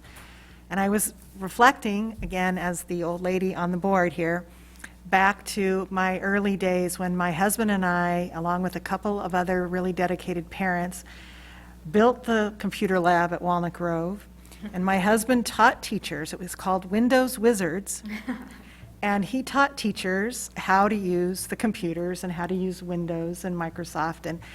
And you know, so if we had had the pandemic prior to this, the technological changes, you know, what would it have been like? And if we had had this happen to us prior to, you know, our laptop program being reimagined and rolled out, and if it had happened to us before we passed the bond where we said we wanted to do something innovative that some people said, oh, that's not appropriate use of bond dollars, and we said, yes, we can structure it this way and pay for this technology out of this. Yes, there ended up being funds from the state that many districts used to purchase devices, but it came later. You know, we were primed already to start having that available to our students and our teachers. And the PD, with our instructional coaches, you know, having this focus on blended learning over the years and leading by example and making it not scary for people and helping them to try different things. I mean, I really do agree that we were just in a really great place to build something that is not perfect and is not the same, but really was pretty bloody amazing. So, thank you very much. Any other comments? I want to make a comment if I can. And Patrick, are you controlling the presentation? No? Shoot. I wish we could put up that very, very last slide there. In the bottom left-hand corner is a teacher with a lot of turquoise in her room. Yeah, there they go. They got it for me. Go to that last slide and see if you can't blow up the picture on the bottom left-hand side. Keep going. There you are, with all the turquoise. You can blow that up for me. I'd appreciate it so people at home can really appreciate the creativity that this teacher has put into her workstation. And so when we talk about the complexity that was required of our teachers to develop this new instructional delivery mechanism, we're not just talking about developing new lessons, but it's delivering lessons in such a way that you can engage those people that are in the classroom. You can see a child in the front there. And then the kids that are at home, the Zoomies, which are on the screen above her head. And that monitor is placed up there so that the roomies in the room can see the students who are learning at home. It was just, and no one walked into that room with that teacher or any other room with any other teacher really, except for maybe our tech integration specialist, and said, here's a way you can solve for this. So yes, we had bond money, and yes, we got computers in place, but if we didn't have the expertise of our teachers and our tech specialists and our administrators who supported the decisions, if we didn't have the great people that we have, we would not have been able to do the great things that we've been able to do. And so I just want to concur with everything. It's the first presentation in 4 years that I actually wanted to stand up and applaud at the end of, because it was recognizing so many great and wonderful things. And to Lisa, I hope you're still on the call. I was on a podcast this week that was from back east, a tech company, and the podcaster asked me the question about learning loss, and I just shook my head, and I almost said word for word exactly what you said in terms of all the things that we have learned, not just teachers, not just administrators, but the students, all the technology use skills that we've always struggled with figuring out how to teach without getting rid of other important pieces of the curriculum. The students got the opportunity to learn that firsthand in the real world and in a very important way, along with their teachers as partners. And you saw that in one of the pictures that Lisa shared, where everybody was excited that they jointly together found a solution to a problem. That's what real world learning is all about. And so congratulations to the teachers, to the technology integration specialist. Well done in your presentation, but more importantly, thank you for all the work that you've put in this past year. You made this happen, and we couldn't be more proud. So I was a teacher in March 2020, and I had never heard of Google Classroom, and I was thrown into it, and I could not have done it without the support of the fabulous coaches. And I just want to say a heartfelt thanks to you. It was fabulous. I also want to give a shout out to Valley View, because they received those smart boards one day, and then the very next day they were implementing it, and it couldn't have been done without the coaches. I know the coaches came and they did training on the fly, and I just want to say thank you. And then one last thing I want to say is that I'm actually get to volunteer in a classroom, and I'm teaching second graders, and we're doing virtual book clubs, and they are doing an amazing job of collaborating in the book clubs and reading it, and I'm just very proud of our students and our teachers and our administrators, and they've worked really, really, really hard. And I just want to say thank you for leading the ship. You integration specialists, you've done a fabulous job. So thank you. So, Yeah. go ahead. Yeah. No, I thought it was a great presentation as well. And so I had two comments immediately. So you guys sort of stole my thunder there. I was just thinking, the first word that came to the word that came to my mind throughout this is heroic. It really is a heroic effort that was put forth by the teachers, but also certainly by the folks that just presented. And the second thing I want to say is thank you, which you guys already did, but gosh, thank you guys very much. It was great. And what Lisa, I think it was Lisa who brought it up, but we've learned so much, and we're at this place right now. I just wonder, crystal ball and all, and where we're headed here in the fall. What's next? I mean, you've come so far. Can we extend this to the new normal, whatever that we looked at, to whatever that looks like, or what? Just a couple of thoughts as to where you take this from here. Thank you, Trustee Miller. Right now, we are, and I also want to just express gratitude for this presentation and for the work that's been done over this past year, and just seeing it encapsulated in this presentation. I am so proud of all the work, and extremely proud of what our teachers have done, and seeing all those devices in a classroom. That is one practice, probably all those devices everywhere, that I don't think we need to continue because it's been an incredible lift. We are seeking input from our teachers right now. We've been doing that in our town halls as to what practices do they see that we do need to continue, and we're getting some very good feedback. So there are some things that we've learned that we do see as being valuable to support learners in full return to instruction. And there are some things that we realize have been a very heavy lift and that we would not prefer to continue. So lessons learned on every single point, Trustee Miller. Trustee McCoshie was next. I know. I think we're all waiting in line to express. For those who are watching it, I want to just state that there's a sense of synergy and emotion here in the room, and wanted to acknowledge that there's a deep sense of gratitude to the teaching and learning department and to the coaches leading the teachers along the way. I wanted to just kind of reiterate and shift from the standpoint back to the students on some of the demands that they were being asked, kind of thrown in there to learn on the fly as well.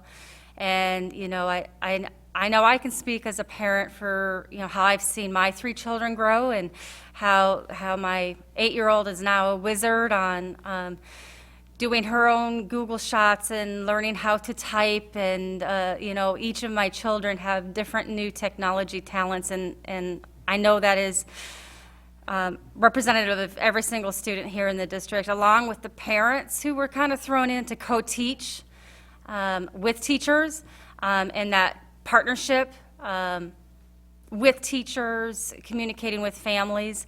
We were all in this together as a village, and we couldn't get to where our students have been able to thrive now without everyone's effort working in together on that. And just a huge amount of gratitude once again to the teaching and learning department. I know the teachers were asked to kind of go back, starting to school 3 times over, and then again, and again, and again, and concurrent instruction, and know it was hard. And we just got a letter today from a parent who was actually saying how much they really appreciated the concurrent instruction for their student and their children. And so, it really has gone a long way. And so I'll pass it off to Trustee Maher, I know, who is waiting next in line. But just a huge thank you. That wayfinding definitely, I think, was universal for teachers, students, parents, and everyone involved. Trustee Maher. Just briefly, I certainly concur with what I've heard up here. I think when I think how not only the students had to learn, the teachers had to learn, and the parents and grandparents, it's just it was just monumental, and it was done. And when I think back in 1 week, well, by the way, a week from now you will be doing this, and by gosh, under the leadership of the district and Dr. Woodward, boom, 1 week they were into it. And I guess lastly, the one word that I never thought I would use since first grade was the word Zoom. And I've been using Zoom every day. It's a 60-year hiatus between using the word, and I think everyone is using it now. Everything old is new again. Dr. Woodward, is there anything else? I think that says it all. our board has said everything. Thank you. Thank you so much for the item. 12.3, report, discussion, and possible action on the interim implementation criteria for state seal of civic engagement. Thank you. So this is, as you just stated, President Larson, this is the interim implementation criteria that we're bringing to our trustees tonight for something new, which is called the State Seal of Civic Engagement. And so I'm going to introduce a Secondary Director of Education, Namarta Graywall, and she will be delivering the presentation this evening.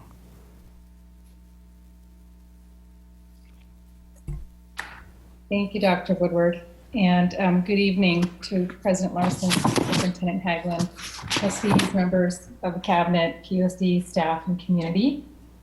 Let's just present this, sorry. Okay, so this evening, we will be presenting our interim implementation for the State Seal of Civic Engagement.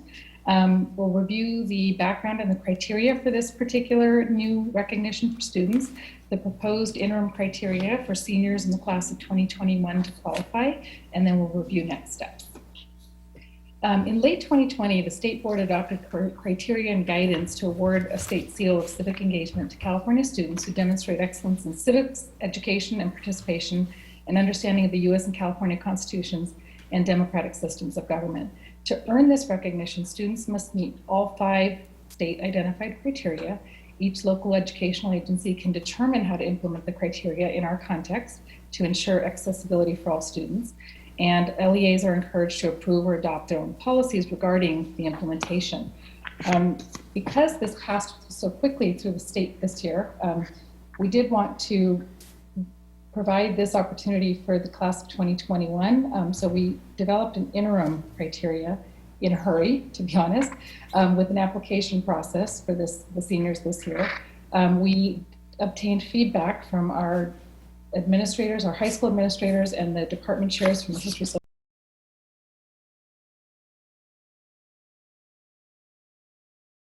approval today, recommendation. The 5 criteria that I mentioned earlier, the state identified criteria is on the left, and on the right is how we've adapted that criteria to the local context. In most cases, we've taken the state's suggestion. In some cases, we've adapted slightly. So the first one is that students are engaged in academic work in a productive way. They can meet that criteria by showing that they're on track to graduate or receive a certificate of completion or achievement, I think as it's now called.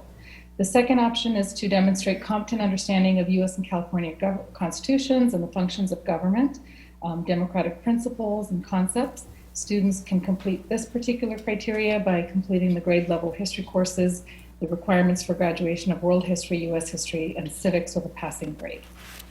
The third criteria is that students must participate in one or more informed civic engagement projects that address real-world problems, where they consider varied responses and take action and reflect on their own efforts.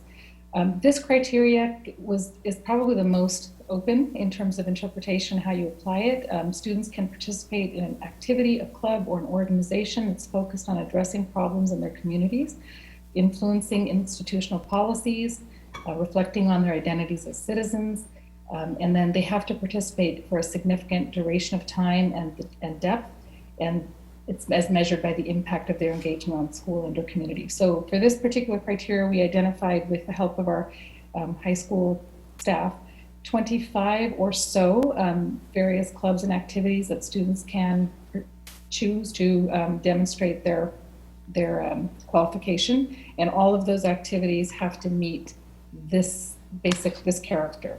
And the advisors, the adult advisors who oversee the students' work in that particular activity will acknowledge and validate that the student participated. The fourth criteria is that students must demonstrate civic knowledge, skills, and dispositions through self-reflection. This one also had a variety of opportunities for students to show their qualification. We selected for this interim year a written self-reflection where students can illustrate how they work to advance a common good for their community or society as a whole, or democratic ideals such as equity and justice. And that one, they will submit a written reflection to us. And then the final criteria, is that students must exhibit character traits that reflect civic mindedness and a commitment to positively impact the school, the classroom, their community, or society as a whole. The advisor who's overseeing their work in the activity they participate in will acknowledge that the student meets this particular criteria by demonstrating any or all of the following characteristics. That includes the concern for the rights and well-being of all, including members of historically disenfranchised groups, a proactive commitment to equity, inclusivity, racial and ethnic diversity, an appreciation for a variety of perspectives, including those of underrepresented or marginalized voices, a sense of civic duty at the local, state, national, global level, speaking and engaging with others with respect, civility, and welcome, demonstrating empathy and inclusion, and standing up for oneself or another student who may be experiencing harassment or discrimination. So our next steps with the State Seal of Civic Engagement is pending approval this evening. Our school site administrators will notify students and staff about the application process, hopefully tomorrow, April 23rd, if we pass tonight. And interested students can apply for the seal via electronic submission starting tomorrow through May 3rd. Their advisors will confirm the students' participation in civic activities by May 10th. And the advisors, it's a simple process where they digitally sign on a spreadsheet to indicate the students' participation. A committee will verify student qualification for all the other criteria, like passing courses and on track to graduate, and notify students of their qualification by May 15th, so that the seals can be distributed and affixed to their diplomas. For the 2021-22 school year, our teaching and learning staff will work with high school teams in the early fall to review the criteria that we implement this year, hopefully, and possibly update it if needed, and then seek board approval for implementation at that time. Any questions? Do we have questions from the trustees? Mary Jo? So I have a question about, what do you mean by advisor? Is that a teacher? Is that a counselor? Could it be principal? I mean, all of the above? An advisor can be all of the above. It can be a coach. It can be a community member, basically anyone who is overseeing the students' work in the particular activity. Okay, and my other concern is I just want to make sure it doesn't take a lot of time for the teachers. How long do you anticipate for them to fill out the paperwork? Well, it's a digital submission, so the student will submit their application digitally. It will generate an automatic email to the advisor and also to staff in our department. The advisor is then prompted to click on a link that takes them to a spreadsheet. They will look for their student's name, digitally enter their name if the student met the criteria, and they're done. Okay, thank you. You're welcome. No other questions?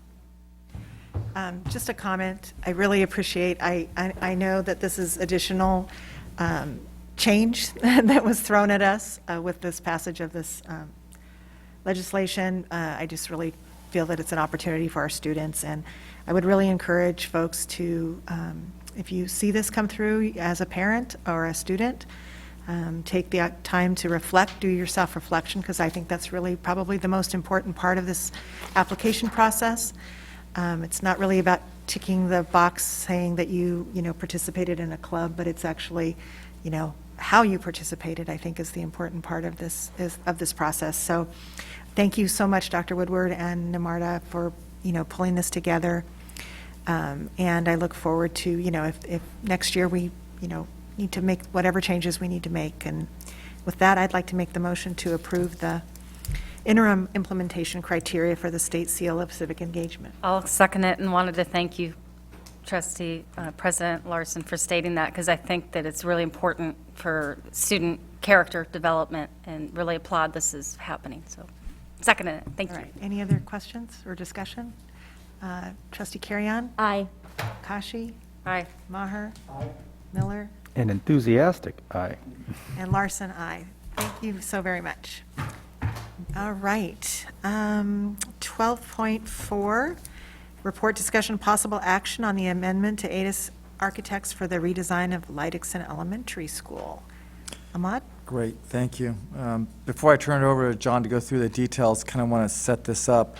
The reason we are looking at the redesign is based on the discussion we had earlier and back in November when the board gave direction into looking at providing capacity, and particularly at Leidixon Elementary School. Currently, Leidixon Elementary School, it has sufficient space for students, but however, we know through the demographer study and through the planning processes that there is planned construction in that boundary area, specifically in the Stone Ridge Mall area. That project will probably take several years to come online. However, given that project is currently under construction, we had to look at this, look at the needs and changes at that school at this moment.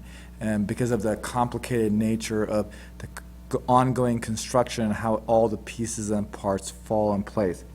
While we don't expect to run Leidixon at that peak capacity, we did want to build it and add capacity to allow that to happen, given what may come out in the future developments.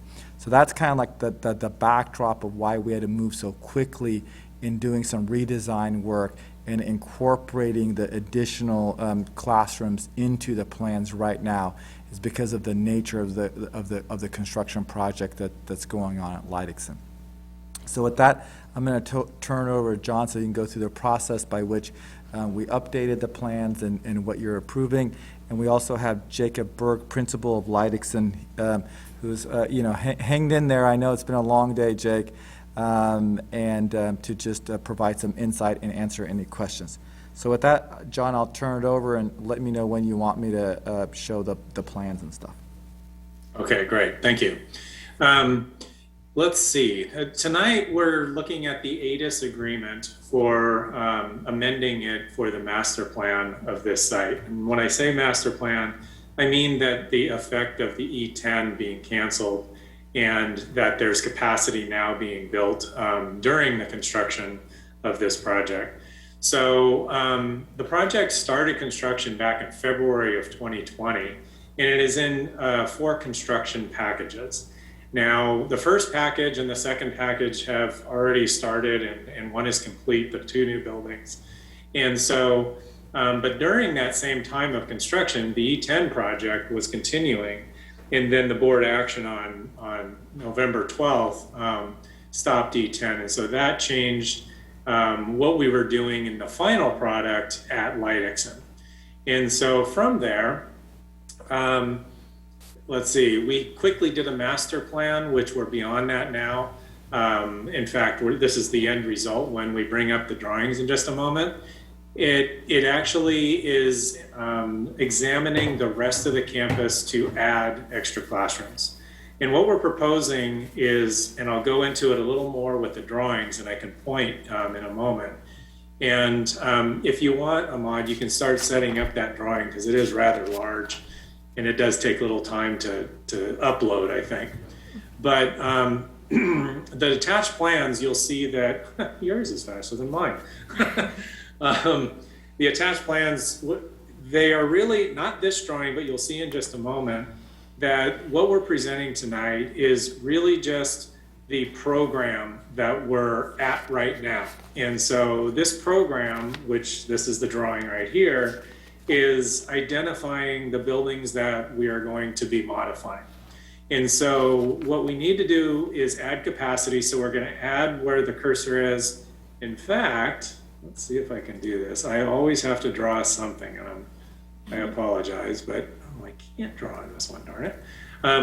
But the cursor where there's 4 classrooms on building A and B there, we're going to provide 4 new classrooms in that area. It does modify that space, but it allows the cohorts to go through a little easier in those 2 upper grades over there. Then what we're also doing is looking at the pod building, which is highlighted there. I'll go into a little more detail on that, and there's another drawing that goes in the inside of that. But then down toward building E on near the kindergarten, the new kindergarten wing, there's 2 areas that we're adding classrooms. And by adding, what I mean is we are actually just reconfiguring the 2 spaces, which are a faculty lounge and then the workroom. And so those 2 spaces, the faculty lounge and workroom, will be being built in the admin building as we go through these phases on the project. So, so those are the areas that we're working with. Some of the constraints that we had during this master plan and that we were looking at and determined how we came about this plan is originally there was going to be a 3rd building where the hard court is and the cursor is now. And it would have been the same configuration as the first 2 buildings that we built, A and B up there. As we were looking at this and looking at the budget and looking at how everything laid out, it took up a lot of the hard court. A lot of that hard court would have been lost. So we proposed different options, or the architect proposed different options. And we looked at different building locations here, there, and a bunch of other areas. And what we opted for is to keep as much hard court there as we could. And so that's why that is opened up there. Should we need to build more buildings, maybe we capture that area, but really, hopefully, we don't have to build any more buildings on this campus. And so what's proceeding on real soon within the next, let's see, it's going to be within the next week or so. I know part of the reason why Jake is so tired is he's moving furniture around here and there from the buildings that are getting demolished. And so they will be getting demolished in the next few weeks. By the middle of May, actual buildings will be coming down. That's gonna be pretty exciting. I got to see that. But they are doing some preparatory stuff right now with hazardous material abatement and things like that, or preparing for it anyway. So this is the overall campus plan that we've looked at. Now, how did we get here also? Well, first it started with the architect coming up with designs, reviewing it with the site or the staff, us and Ahmad and a construction team with Van Pelt. But then we also had Jake involved, and then we opened it up also to the teachers and staff as well. So they've seen this layout, they've had some comments. One of the most important or common comments is storage. Well, we're not at that stage yet. This is really just trying to identify the program. This is not laying out the interiors of the classrooms, how much casework, or even where the doors are right now. This is really saying, we just need to have X amount of space, this amount of space, these types of spaces, how many square feet, where are they located adjacent to one another, and does this layout work for the campus? And so we feel that we've achieved a whole lot on this. There's still a lot we need to proceed on, and we need to incorporate more of the comments that we received from the staff members, such as some of the windows of the new buildings may be losing some sunlight based on the new construction and stuff. So we still have to explore maybe tweaking the placement of those 4 classrooms near building A and B. But the crux of this is getting the pod building ironed out and saying, this is the way we're going and moving forward. So Ahmad, if you could go to the blow up of the pod building. Now, this is the pod building. To the left is the existing plan, and to the right is the proposed new plan. Again, it's not showing contents, it's just showing the program spaces. The differences of this building is basically going to be a wholehearted remodel of the entire building. HVAC, lighting, materials, usage, electrical, all sorts of stuff. It also adds a little square feet because where on the left building there are some dark spaces, there's 3 of them, the 2 light areas in between where the cursor is outdoor area. We're capturing that area to increase that the capacity of that building. Now the building is mainly comprised of the support spaces that we've sized accordingly for the newer enlarged enrollment. So the specialists and the speech and the PE storage and counselor and occupational therapist, all of those types of spaces are now close to one another.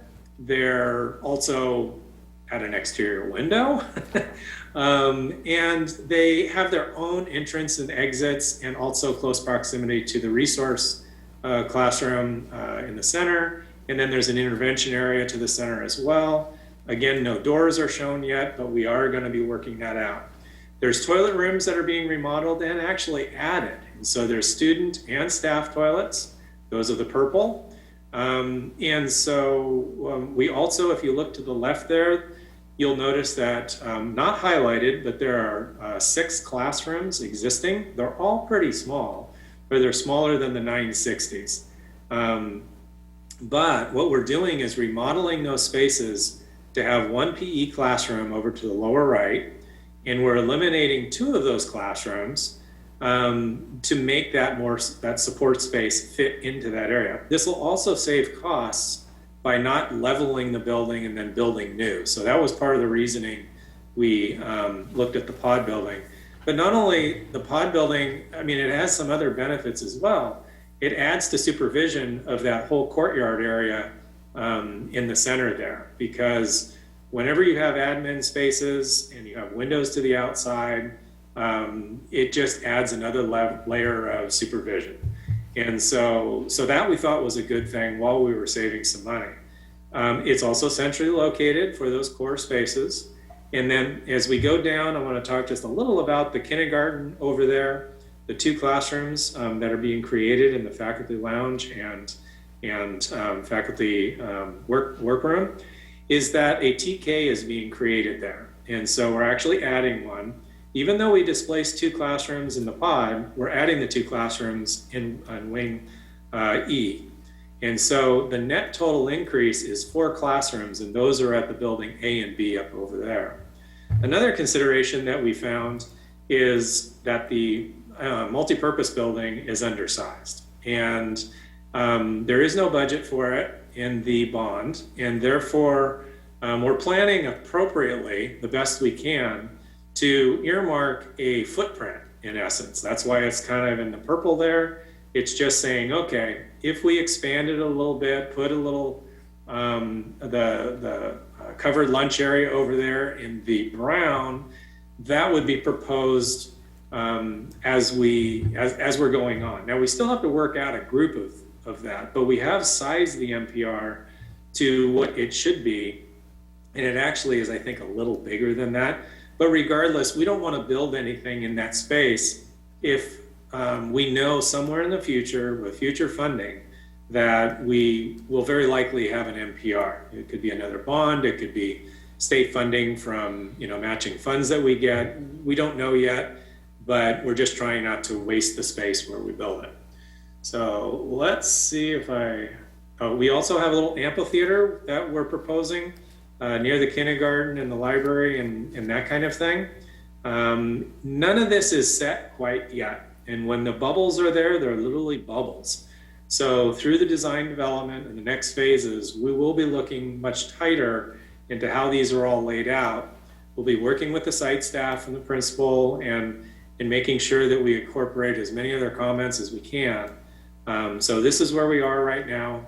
And the board agenda item is actually to have the increase or an amendment to the architect's contract, ADIS, for $719,000 to do the rest of the working drawings and everything else to complete this project.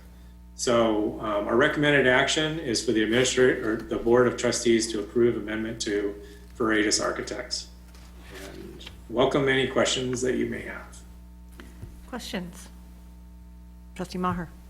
A couple. John, you said the cost was about $39,000. Cost? $719,395. Correct. That's for the architectural fees to do all the plans and get it approved by DSA. So, because this is added scope with square footage and redoing all the civil sites and the modernization work.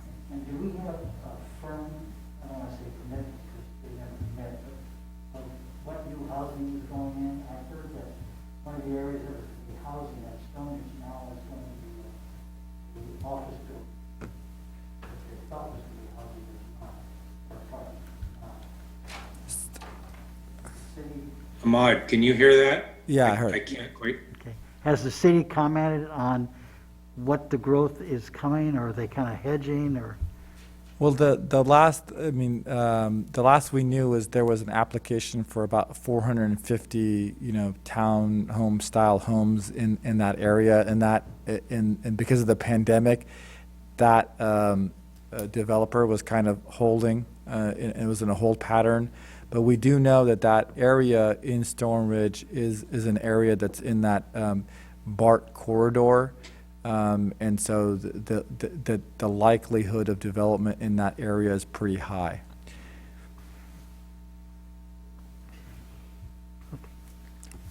Any other questions? If there's no questions, I just, to add on to what Trustee Maher's saying, could you just remind me again the increased enrollment cap that this will accommodate for? I know, just to refresh for my memory and perhaps for the public as well, it'll increase by how much? Sure. So this will allow, again, we've kind of adjusted, if you look at the kindergarten, it used to be kind of a 4 classroom group going through. We've now increased it to 5 in the TK. However, with all projects, we have flexible space.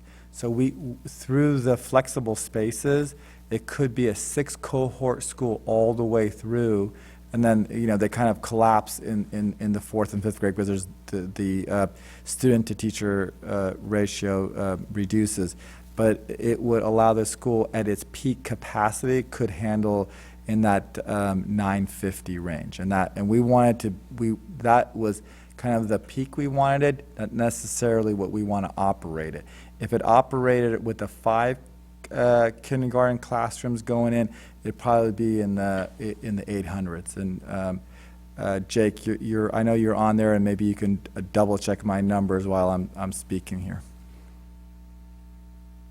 The question was about the enrollment. Yeah, I believe the goal was for 850 to 900-ish, if that's what the question was. Yeah. Jake, what was your kindergarten enrollment so far this year, for next year?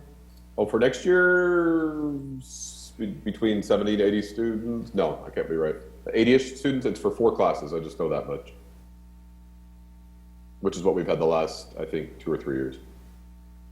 Yeah, Leidixon has been taking on some of the overflow from Donlin area because of the proximity of it. In addition, Donlin also has our mild, moderate, and mod severe special education classrooms, and so that also adds students to that program over there. So just to clarify what you're saying, so there is a lot of overflow currently at Leidixon that this could help accommodate for until the boundary changes are made. Yes, and one of the other things that we saw is that even with the boundary changes, the 680 is kind of a boundary that it's very hard to adjust. Typically, Hearst does kind of go on both sides of it, but Leidixon predominantly takes the load of the west side of the East 80, and given that the growth potentially is in that Stone Ridge area, that there isn't a lot of place for those students to go to as that area grows. And so that's why we felt like by building capacity at Leidixon, not only could it temporarily help with the Donlin, because of the close proximity, but as that growth comes in, their natural school is Leidixon. There's not much else place for them to go to. Thank you. Any other questions? All right, is there a motion? I'll make a motion to pass this adjustment in funds. I'll second. So there's been a motion to approve 12.4, which is the amendment to the ADIS architects for the redesign of Leidixon Elementary School. Is there any other discussion? All right, then Trustee Carrion? Aye. Okashi? Aye. Maher? Aye. Miller? Aye. Larson, aye. Thank you. And item 12.5, report, discussion, and possible action on the agreement for Package 1, parking lot and drop-off for the new classroom building project at Hart Middle School. I think we're still on John. And Great. Okay. Go ahead, John. I will go ahead. I was just going to take your cue, Ahmad. Hello again, and this is an exciting time. We're actually going to be starting construction soon on the Hart first phase of the project. And so we're going to have a groundbreaking that Dr. Haglund had mentioned next Tuesday, the 27th. And so that's going to be neat. It's virtual. We'll have some exclusive guests, I'm sure. And that is really neat that we're actually going to see the parking lot and the drop-off go in, provided this agenda item is approved. So let's see, the project is in 4 packages in construction. This is the first of the 4 packages. And like I mentioned, it's the back parking lot and it's the secondary drop-off that has been designed. Package 2 is going to be not here, but it is for the science classroom building, the courtyard area and the building pad. And then there's a package 3, which is the modular construction for the science classroom.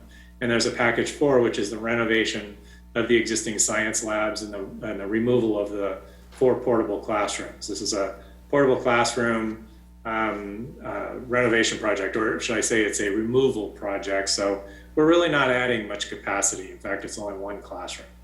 So we received 2 bids, and the low apparent bidder was $1.9 million from Silicon Valley Paving Incorporated. That's who we're recommending for the award of this contract.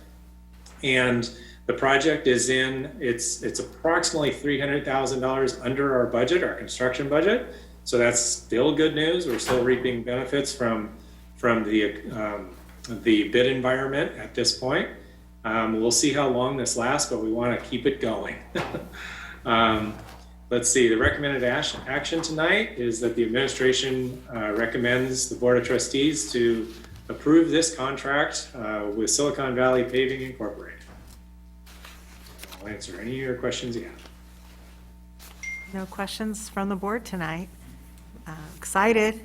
Can't wait for the groundbreaking next Tuesday. The 27th at 5 o'clock. All right, so do I have a motion to approve the contract for package 1 at Hart Middle School to Silicon Valley Paving? Okay. I'll second it. All right, it's been moved and seconded. Any other discussion? Trustee Carrion? Aye. Makashi? Aye. Maher? Aye. Miller? Aye. And Larson. I keep writing, there's too many M's here, a lot of M's here. All right, 12.6, report, discussion, and possible action on resolution 2020-2021.22 for use of the design build delivery method. Right. Okay, hello again. Tonight, this is basically a formality to allow the district to enter into this type of delivery method for construction. Currently, the district is using 2 types mainly, which are the design bid build, that's the traditional method, and then the other method that we're using on Leidexen is leaseback, and we're looking at it at other sites as well. So to have this resolution allows us legally to go out to solicit bids using design build process. The design build process is suitable for projects that are complex, and they also could use creative solutions in the design process. And various projects allow that you would select that process based on certain projects. The ones that are coming up, we believe this process would be the best suited for it. And that is the district-wide fire alarm projects and also the PMS field upgrade projects. So that's why the resolution is specific to those. If we do other projects, we would have to bring those forward as well. This is an ed code required thing. It requires that there's reduced comparable project costs, expediting project completion, and also providing features not achievable through traditional design bid build methods. We also had a related document worked out legally that we were recommended to update, and that's a board policy number 9270, which is the conflict of interest, which just adds some language for design build types of projects. And that is in a separate board agenda item that I'm not bringing forward. So, and let's see. And then the recommended action tonight is administration recommends that the Board of Trustees approve the resolution to allow the design build delivery method to be used in the district. If you have any questions, I'm here to ask. I do have a question. So when you're making your determination about which of these processes to use, whether it's leaseback or design build, so can you explain why the Pleasanton Middle School field renovation would be this would be the best project process to use for that? The reason mainly is that the types of companies that are out there, that do the turf, the synthetic turf projects, they're very well suited to design in-house. They have landscape architects, they have civil engineers. They pretty much are a one-shop stop type of place. And so for that project, there's already a team that's assembled, and we're just tapping into it, or we have the ability to tap into it. If we had a design consultant and an architect who may hire a landscape architect, or if we just hired a landscape architect and civil engineer, we would still have to go through that process and then bid it out. And then there's the discontinuity of basically the design, bid, build project. And you can get change orders. You can get change orders in any project, but with a design, bid, build, and you have that team that bids the project, it does reduce the change orders. It does have projects come in on time very often. And it allows for overlap within the design and construction to be very suitable for one another. You just said design, bid, build. Did you mean design, build? I think, yeah, at the end I should have said design, build. So, right. Design, bid, build has that separation. Correct. Design, build actually has that connection. So just for my understanding and the public's understanding, it isn't that there is no bid. The bid is for one firm to do the design and the build, but it's not that you're awarding it without some bidding process. This process is a best qualification process to enter into the agreement, and numbers are looked at. There's fees that when companies submit their applications or their proposals, they submit their fee proposal based on certain criteria. It's not the actual 100% job. Through the process and the design, the actual bid will be created once there's actual documents. We have to follow that process, but this process allows to enter into a contract based on certain conditions that are financial, such as the certain criteria for general conditions and the profit and the overhead and things like that for the contractors, which they will submit in their proposals, and then any other competing bidder would have those same numbers, whatever number they came up with. And then through those packages, we would review them like we would normally review bids, except it's not a low bid necessarily. You're looking at the design abilities in addition to the price on the project. Thank you for that clarification. Any other questions? All right, I'll seek a motion.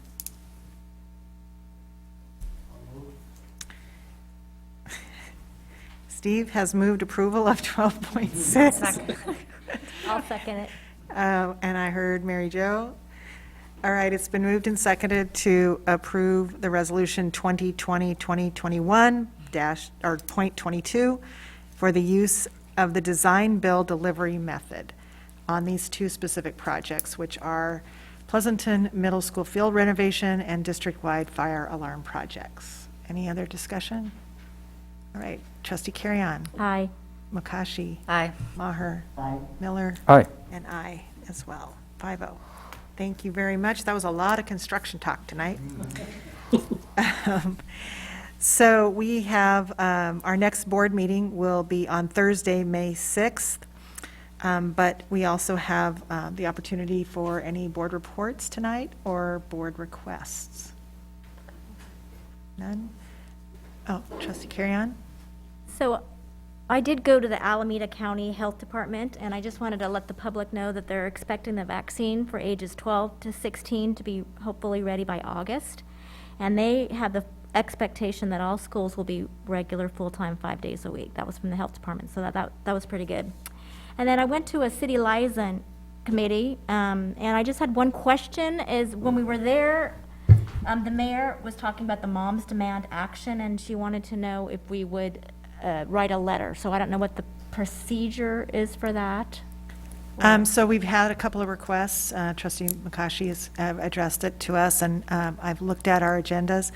I think the procedure would be if the city is going to have an ordinance, then we would comment on the ordinance if we wanted to put together something. As individuals, we're certainly always welcome to do any advocacy work or, write a letter or a resolution that we would want to, as individuals, we can do that on our own. If we want the board to do that, then we would need to have an agenda item and have a proposal and vote on that and everything.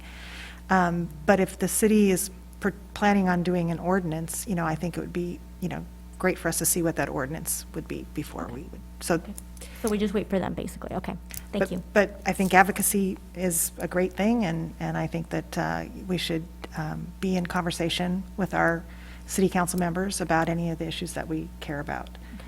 Okay. Any other reports?